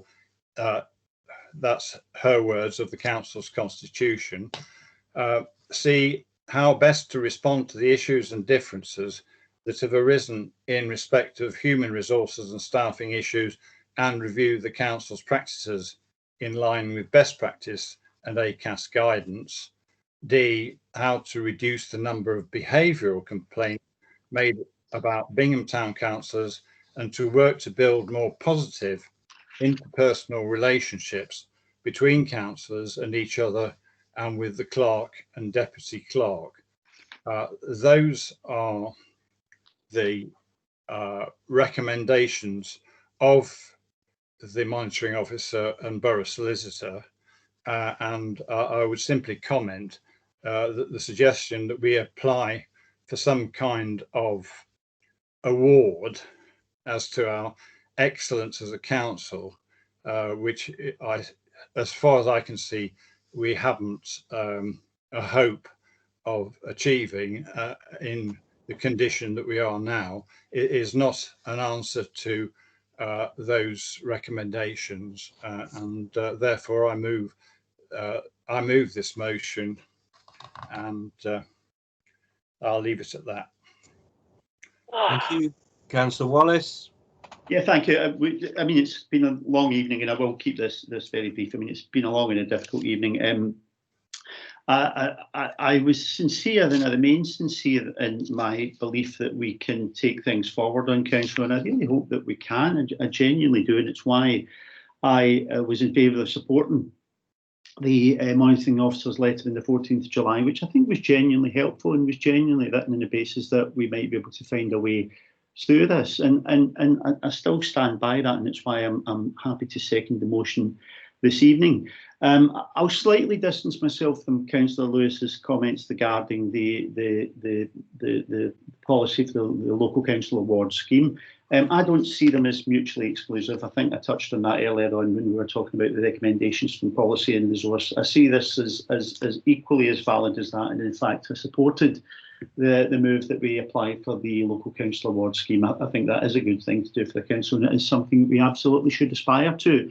But that doesn't mean that we shouldn't aspire to this too. I really do think that we need to find a way out of this now. We've got ourselves into a morass, and I would urge councillors to support the motion and to take things forward. Councillor Purdue Horan is indicated you wish to speak. Thank you, Mr. Mayor. No, I hadn't, but thank you. Mr. Mayor, I'm not as pessimistic as Councillor Lewis.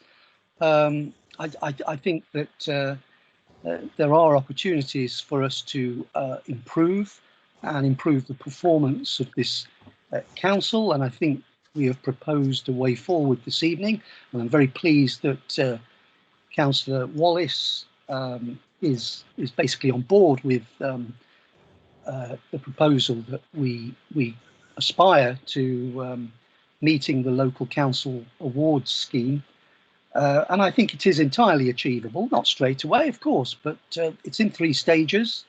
The foundation stage is the first hurdle, if you like, and I'm sure we'll do it. However, I think Councillor Lewis has been unnecessarily critical. I take note of the letter from the monitoring officer, and I'm not so sure that councillors will support what I believe to be a very expensive option. So I would think it's a last resort. We don't have any prices or quotes for a governance review. We can't make that decision this evening. That would need to be investigated before we decide whether we support it. But, you know, maybe it's something we can consider in the future if what we've proposed this evening doesn't work. So for now, I'm going to be voting against, unfortunately. A point of information from Councillor Lewis. Well, I think it's more a right of reply rather than a point of information. I'd like to, if necessary, withdraw, but certainly dispel the impression that I might have given that I'm pathologically opposed to the idea of applying for a local government award. It's simply I don't think that that's the way forward at the moment. It might be appropriate that sometime in the future, when we've sorted out our governance in the way recommended by the borough solicitor and monitoring officer. So I'm not opposed to the idea of applying for an award when we're ready to do it. Okay. Any further speakers? No one else is indicating. We now go to the names, please, on item 11, whether for or against this councillor motion. Councillor Best. I'm against it. Councillor Bird. For. Councillor Leach. For.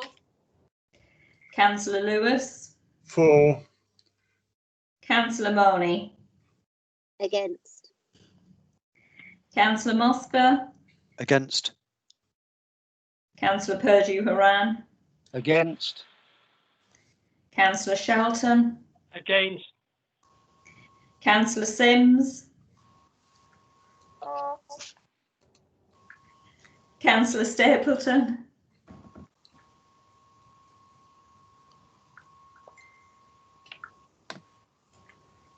Councillor Stapleton. Oh, sorry, I thought I said against, sorry. Councillor John Stockwood. Against. Councillor Maureen Stockwood. Against. Councillor Wallace. I'm for. Yeah. Councillor Williams. Against. That motion did not carry.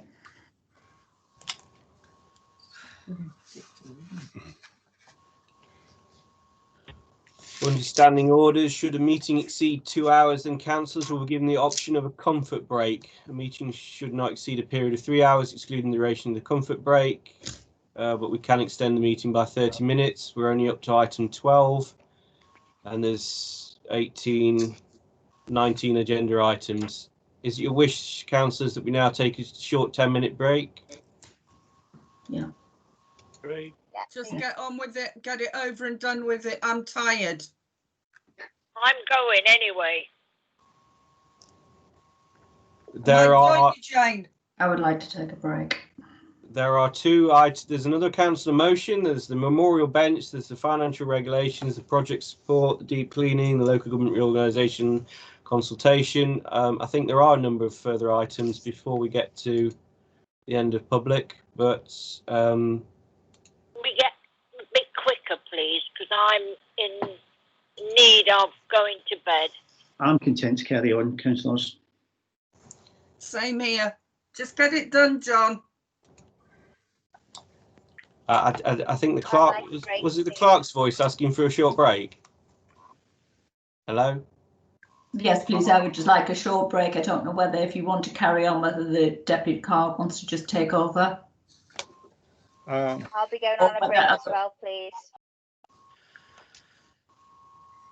I think we'll take a 5-minute break then, people. 9:36. And we'll be finished before 10 o'clock. Well, it's all. I'll try my best, Councillor Best. Would you all just take a break now for 5 minutes, please? And return as soon as possible.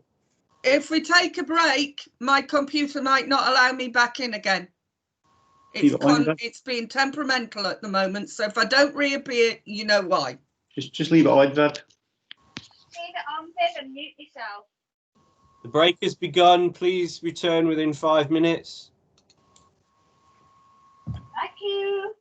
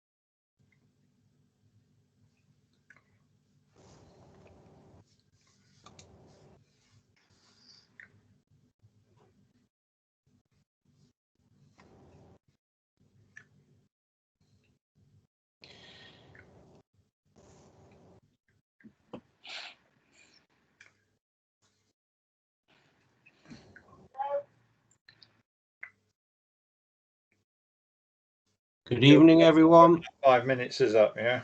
Good evening. Evening. Oh, I can't see the clock.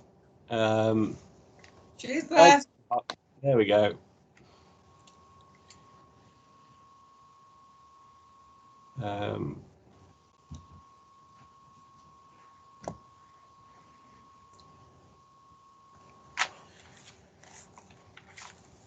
Has Councillor Bird returned? I have. He has, yes. Councillor Leach is present. Councillor Lewis is present. Councillor Money? Yeah, go on. Hi, I'm back. Hello, John. Hello. I'm back. Unfortunately, the camera's not working, so I apologise for that. That's all right. Councillor Mosfer? Yep, here. Councillor Purdue Horan? Yes, I've seen him. Councillor Shelton? See him. Councillor Sims? I'm here. Councillor Stapleton, we've heard. I'm here. Councillor Mrs. Stockwood's here.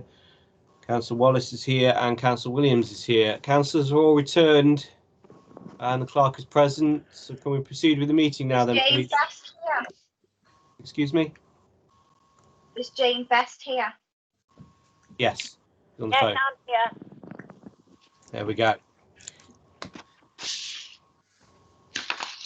Item number 12, letter from the Rushcliffe Borough Council Standards Committee. It says to consider. I assume that's Chairman, going to be can I- considered in item 13. Just make a suggestion that be well, I don't know. If I've we note misheard it? you, I was going to suggest that items 12 and 13 are together, so they should be perhaps taken as one item. Okay, well, we'll note the letter under item 12. We'll now move on to 13, councillor motion. It's Councillor Lewis is the proposer. Yeah, I'm the proposer. You want to speak to? Motion is that the council adopt and implement the recommendation of the Standards Commission of the Rushcliffe Borough Council, that this council do, with the assistance of the National Association of Local Councils and the agreement of all affected parties, appoint an independent arbitrator to assist in resolving the issues raised in the said letter to this council from the Rushcliffe Borough Solicitor and Monitoring Officer, and abide by and implement any award made by such arbitrator. Now, the letter in question is relatively short, so I shall read that as well. It's from Councillor Sarah Bailey, who is the chair of the Rushcliffe Borough Council Standards Committee. And it says, Dear Bingham Town Councillors, at the meeting of Rushcliffe Borough Council's Standards Committee on the 28th September, the monitoring officer presented her casework update report. The report highlighted code of conduct complaints received and their outcomes. The committee noted that a significant number of complaints related to Bingham Town Council. Whilst both the report and the monitoring officer at the meeting made it clear that the complaints had not been accepted under the code, members were mindful of the roles and functions of the Standard Committee, which include promoting and maintaining high standards of conduct, assisting the councillors and co-opted members to observe the councillor code of conduct, monitoring the operation of the councillor code of conduct, and advising, training or arranging to train the councillors and co-opted members on matters relating to the councillor code of conduct. It was within the remit of the committee in mind that members discussed how they might support the town council to move forward positively. Given the number of complaints received, the committee were mindful of the impact of the complaints on the residents of Bingham, as well as the reputation of the town council. Our aim was to support, not to cast judgment.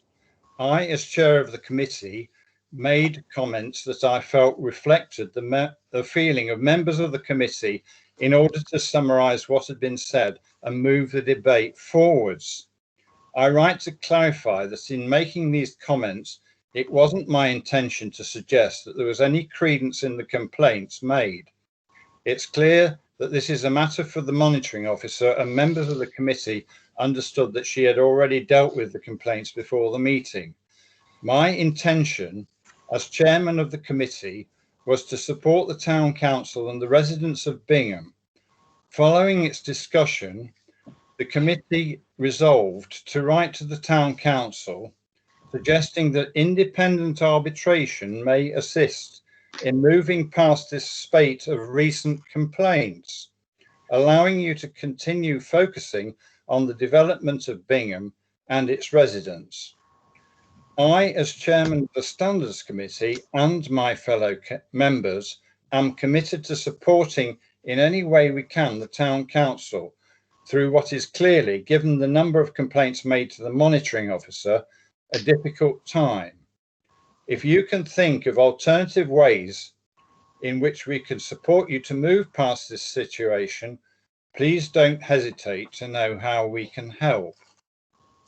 Now, clearly that is throwing us a lifeline to find a way out of the problem which we clearly face.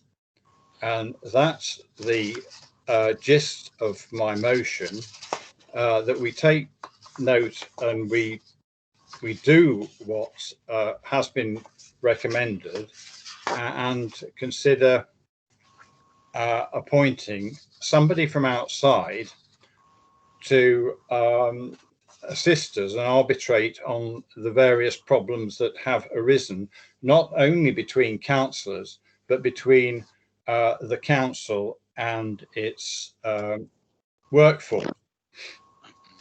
And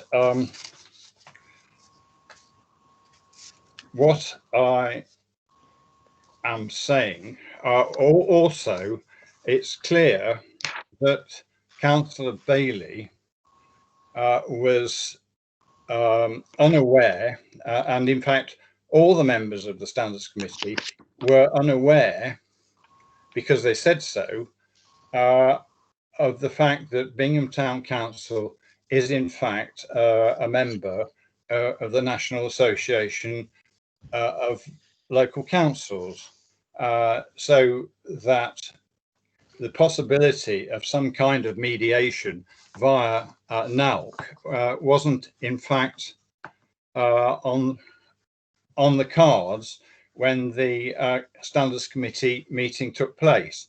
So what I'm saying is, why don't we get together with somebody who can help us to resolve the problems which we so clearly and obviously have, and that's I hope that's regarded as positive and not just yet another attack on the mayor or whatever you might seek to characterize it as. So that's my motion and I'm moving it. Very much. Second is Councillor Wallace. Yeah, it is late in the evening now. I know councillors are keen to get home or to get to their bed, so I'm really not going to take any time in this at all. I think I agree with Councillor Moskva. He may be cross with me, maybe cross with some of the things I said, but I genuinely do believe we need to try to find a way through this, and we're not getting anywhere at all. We're just going around in circles with this. Arbitration tends to work quite well. I've been involved in arbitration in the past. I think it can be helpful for an independent person to try to bring two sides together, and I just think it's long overdue. We need some way out of this. Otherwise, we can just carry on doing this for the next 2 years, and I don't think that's helping anyone. It's certainly not helping me. So I would support Councillor Lewis's motion. Thank you. Any further speakers? I'll second it when it comes to being seconded. Councillor Purdue-Horan. Thank you, Mr. Mayor, and I'll try and keep this brief. Unfortunately, I can't support Councillor Lewis's motion, particularly his last line, which says, you know, and after monitoring officer, and abide by and implement any award made by such arbitrator. talks about arbitration. I think we're talking about mediation is probably the term that should have been used. But I've watched the video of the Standards Committee, and the independent member of that committee, I think it was his suggestion, and he did say that mediation, arbitration is an extremely expensive option. Well, we've got no costs here. So I can't support that without such detail. So I'll be voting against. Thank you. Can I just come back on that, please, Mr. Chairman? It's just the end of the debate. The only reason why I said arbitration is that independent arbitration was the words used by Councillor Sarah Bailey.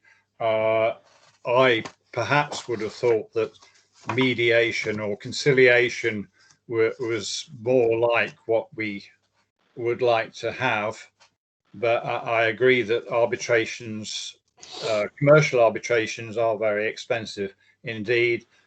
But what we need is an independent person to help try and get us back together, working together in harmony. Any further speakers? Yes. Councillor Leach. I think it should. I think we should give it a chance to go that way, basically, because if we don't decide this one way or the other, it's just going to carry on. And for one, I'm getting fed up of it. So is everybody else. So why don't we just give mediation a go and go that way? Why don't we think outside the box, like John says? You never know. Give it a go, it might work. Councillor Williams. We've been talking about at length of trying to get on with stuff and everything in this council, and I find it quite funny that we've got two motions on here that are very similar in what they're saying. And is it really great for our time to debate kind of the same issue twice in one meeting? I do think that really when we're getting these kind of motions put forward to us, we need it a bit more substantial in what it's with everything, rather than just kind of copying what's come from a monitoring officer and from a borough councillor's letter that really shouldn't have stuff been looked at properly and putting together for us to discuss, rather than just being listed and put forward to council, because it's just, this is why this meeting's now dragged on, because we're having these separate issues. Thank you. Okay, Councillor Money. Can I have permission to speak, please? Mr. Mayor, Councillor Money first and then Councillor Best. Yeah, after Councillor Money. We've debated today expensive costs that we've incurred in HR. So we have tried outside people coming in, and if I'm honest with you, it hasn't really brought out the best in anybody. So I'm not wholly convinced in spending undetermined amounts of money for some other so-called expert to come in and make the situation even worse once again. That doesn't mean that I wouldn't like to find a way to work better with my fellow councillors. That's not what I'm saying at all. I really like the idea of this award scheme, because if we can work together to try and hit those targets that we have to hit in order to get those awards, if we can work together towards hitting goals and actually see some achievement for that, I think that's a brilliant way for us to work forwards together towards a common goal. And if we could all dedicate ourselves to doing that, the rest of these things may become unnecessary. So given the fact that we have decided that that's something that we were going to move forward to, I'd like to give that a go, like 100% give it our best shot as a team with all of us, before we start spending any more money on getting other so-called experts in to come and stir the pot even more. Spot on. Yeah, but it's proved so far that it hasn't worked, hasn't it? So maybe somebody independent to look at it, yeah, just look at it, see where we're all going wrong or all going right, and work it from there. Thank you very much. Councillor Best has asked to speak. My turn. It certainly is. I've never been to such a long meeting in the parrot fashion. Why do we keep going over and over and over the same thing? And all my working life, and it's been a hard working life, I might tell some of you, I have never belonged to a union and used all the words that's going through this meeting tonight. It is not necessary. You've lost the plot of what we're aiming for, and this is the second time I've had a word and I've said we're here for Bingham people, not falling out amongst councillors. Thank you, and hurry up now and get on. Right, there's no further speakers. We now move to the vote on number 13, please. Voting against. Clark. Against. Hello. Sorry, Against. can I just ask who's telling Jane what way to vote, please? Perhaps the opposite of who tells you. Councillor. Are we ready? So then Jane's getting told how to vote. Can I just clarify that then, please? Excellent. Thank you very much. Clark, can we have the vote, please? Councillor That's Best. been minuted then, please. Best is against it. Councillor Best is against. Councillor Bird. Sorry, can I just ask what Councillor Best's vote was? Is against. Councillor Bird. The clerk didn't hear you. Sorry, Sharon. Right. Councillor Best said against Thank you, I've got that. Councillor Bird. For. it. Yeah. Councillor Leach. For. Councillor Lewis. For. Councillor Money. Against.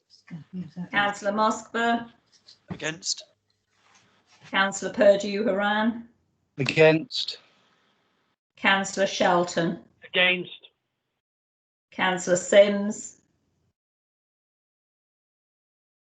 I'm abstaining from this ridiculous comment. Councillor Stapleton. Against. Councillor John Stockwood. Against. Councillor Maureen Stockwood. You're on mute, Maureen. Councillor Maureen Stockwood.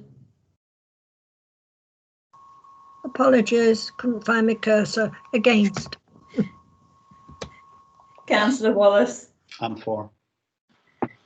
Councillor Williams. Against. Item 14, the memorial bench. To approve the siting of a memorial bench at the cemetery, to note that the Recreation and Amenities Committee will be considering alternative memorials to benches as there is a full complement. Councillor Williams move this and I'll second it. Councillor Williams indicates that that's the case. Do we have any speakers?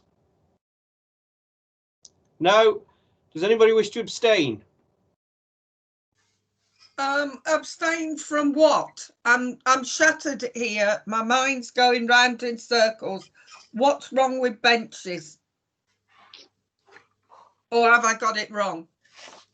We're approving. The vote is to approve the siting of a bench at the cemetery. Oh, that's fine. I'm for. Okay. Anybody against? In the absence of dissension, we note. We resolve both A and B of 14. Thank you. We now move on to item 15, financial regulations, to increase the limit from £500 to £1,000 for the clerk to authorise emergency expenditure, paragraph 4.5. Councillor Purdue Horan, is it your wish that we defer this to the Policy and Resources Committee? Mr. Mayor, it is. I wish to move that we move it to the next P&R meeting. Seconded by me. Anybody wish to speak? No. Anybody wish to abstain? No. Anybody wish to against? No. In the absence of dissension, the item 15 is deferred to the next meeting of the Policy and Resources Committee. Item 16, projects to support. To agree actions to support project delivery.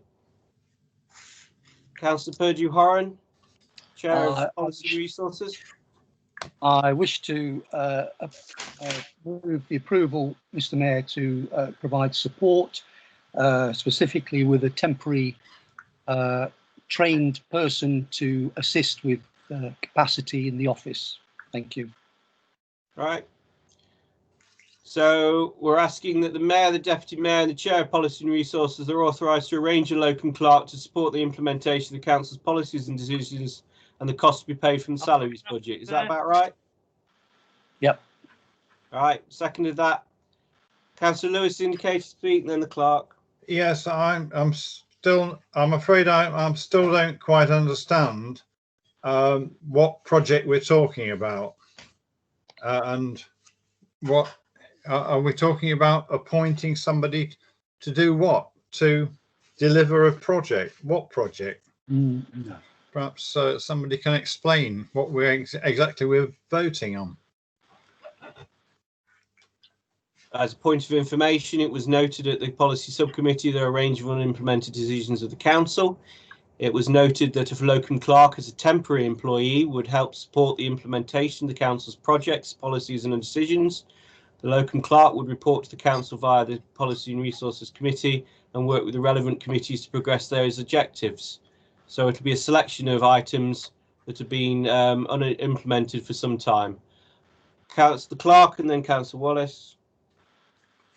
Sorry, my question is, so the locum clerk is a member of staff? I believe, for point of information, I believe you've had problems in the past with regards to insurance, so it'd be a temporary employee. And it would be one of my employees in terms of being their line manager. Well, I think I just said it'll be the Mayor, Deputy Mayor and Chair of Policy and Resources authorised to make those arrangements regarding the details. So we'd have two separate officers effectively. Councillor Wallace, we've raised the points you wish to raise. Councillor Wallace. I do think there's a bit of ambiguity that the town clerk has just raised there, and it's probably something we should address. But that wasn't why I was raising my hand. The reason I was raising my hand was Councillor Lewis has been criticised in just the last motion bar 2 about a lack of detail and committing council to further expenditure, and we're now faced with a motion that really just talks in nebulous terms about some money to take on some member of staff who might be an employee, who might not be an employee, who might be managed by the mayor, who might not be managed by the mayor, at a cost that we can't determine, to undertake projects that have not been defined. I think it's a bit, I think, you know, what's good for the goose is good for the gander. If there's an expectation that Councillor Lewis will set out the costs involved in his proposition, then I would think that would be reasonable for the Chair of Policy and Resource also. But having said that, I'm not, you know, I'm not entirely opposed to the proposal. Right. Mr. Mayor, there are going to be details that we can't discuss this evening in the open session. Of course, what we are seeking to do is to assist with capacity in the office, and of course the town clerk can discuss that with us when she returns from her break. So there's nothing really to be too concerned about. Okay. No further speakers. We now move to the vote on 16. Members of the public don't speak at this part. We now move to 16. Councillor Best, are you in favour to agree the actions to support project delivery? I agree. Councillor Bird. Without further information, I have to abstain. Councillor Leach. Without further information, I say no. Councillor Lewis. Likewise, there's absolutely no information about the proposal, and I vote against it. Councillor Money. Agreed. Councillor Moscow, 4, Councillor Purdue Haran, 4, Councillor Shelton, 4, Councillor Sims, Abstain. Councillor Stapleton. Oh, yes. Sorry, I didn't hear that. Yes. Thank you. Councillor John Stockwood, 4, Councillor Maureen Stockwood,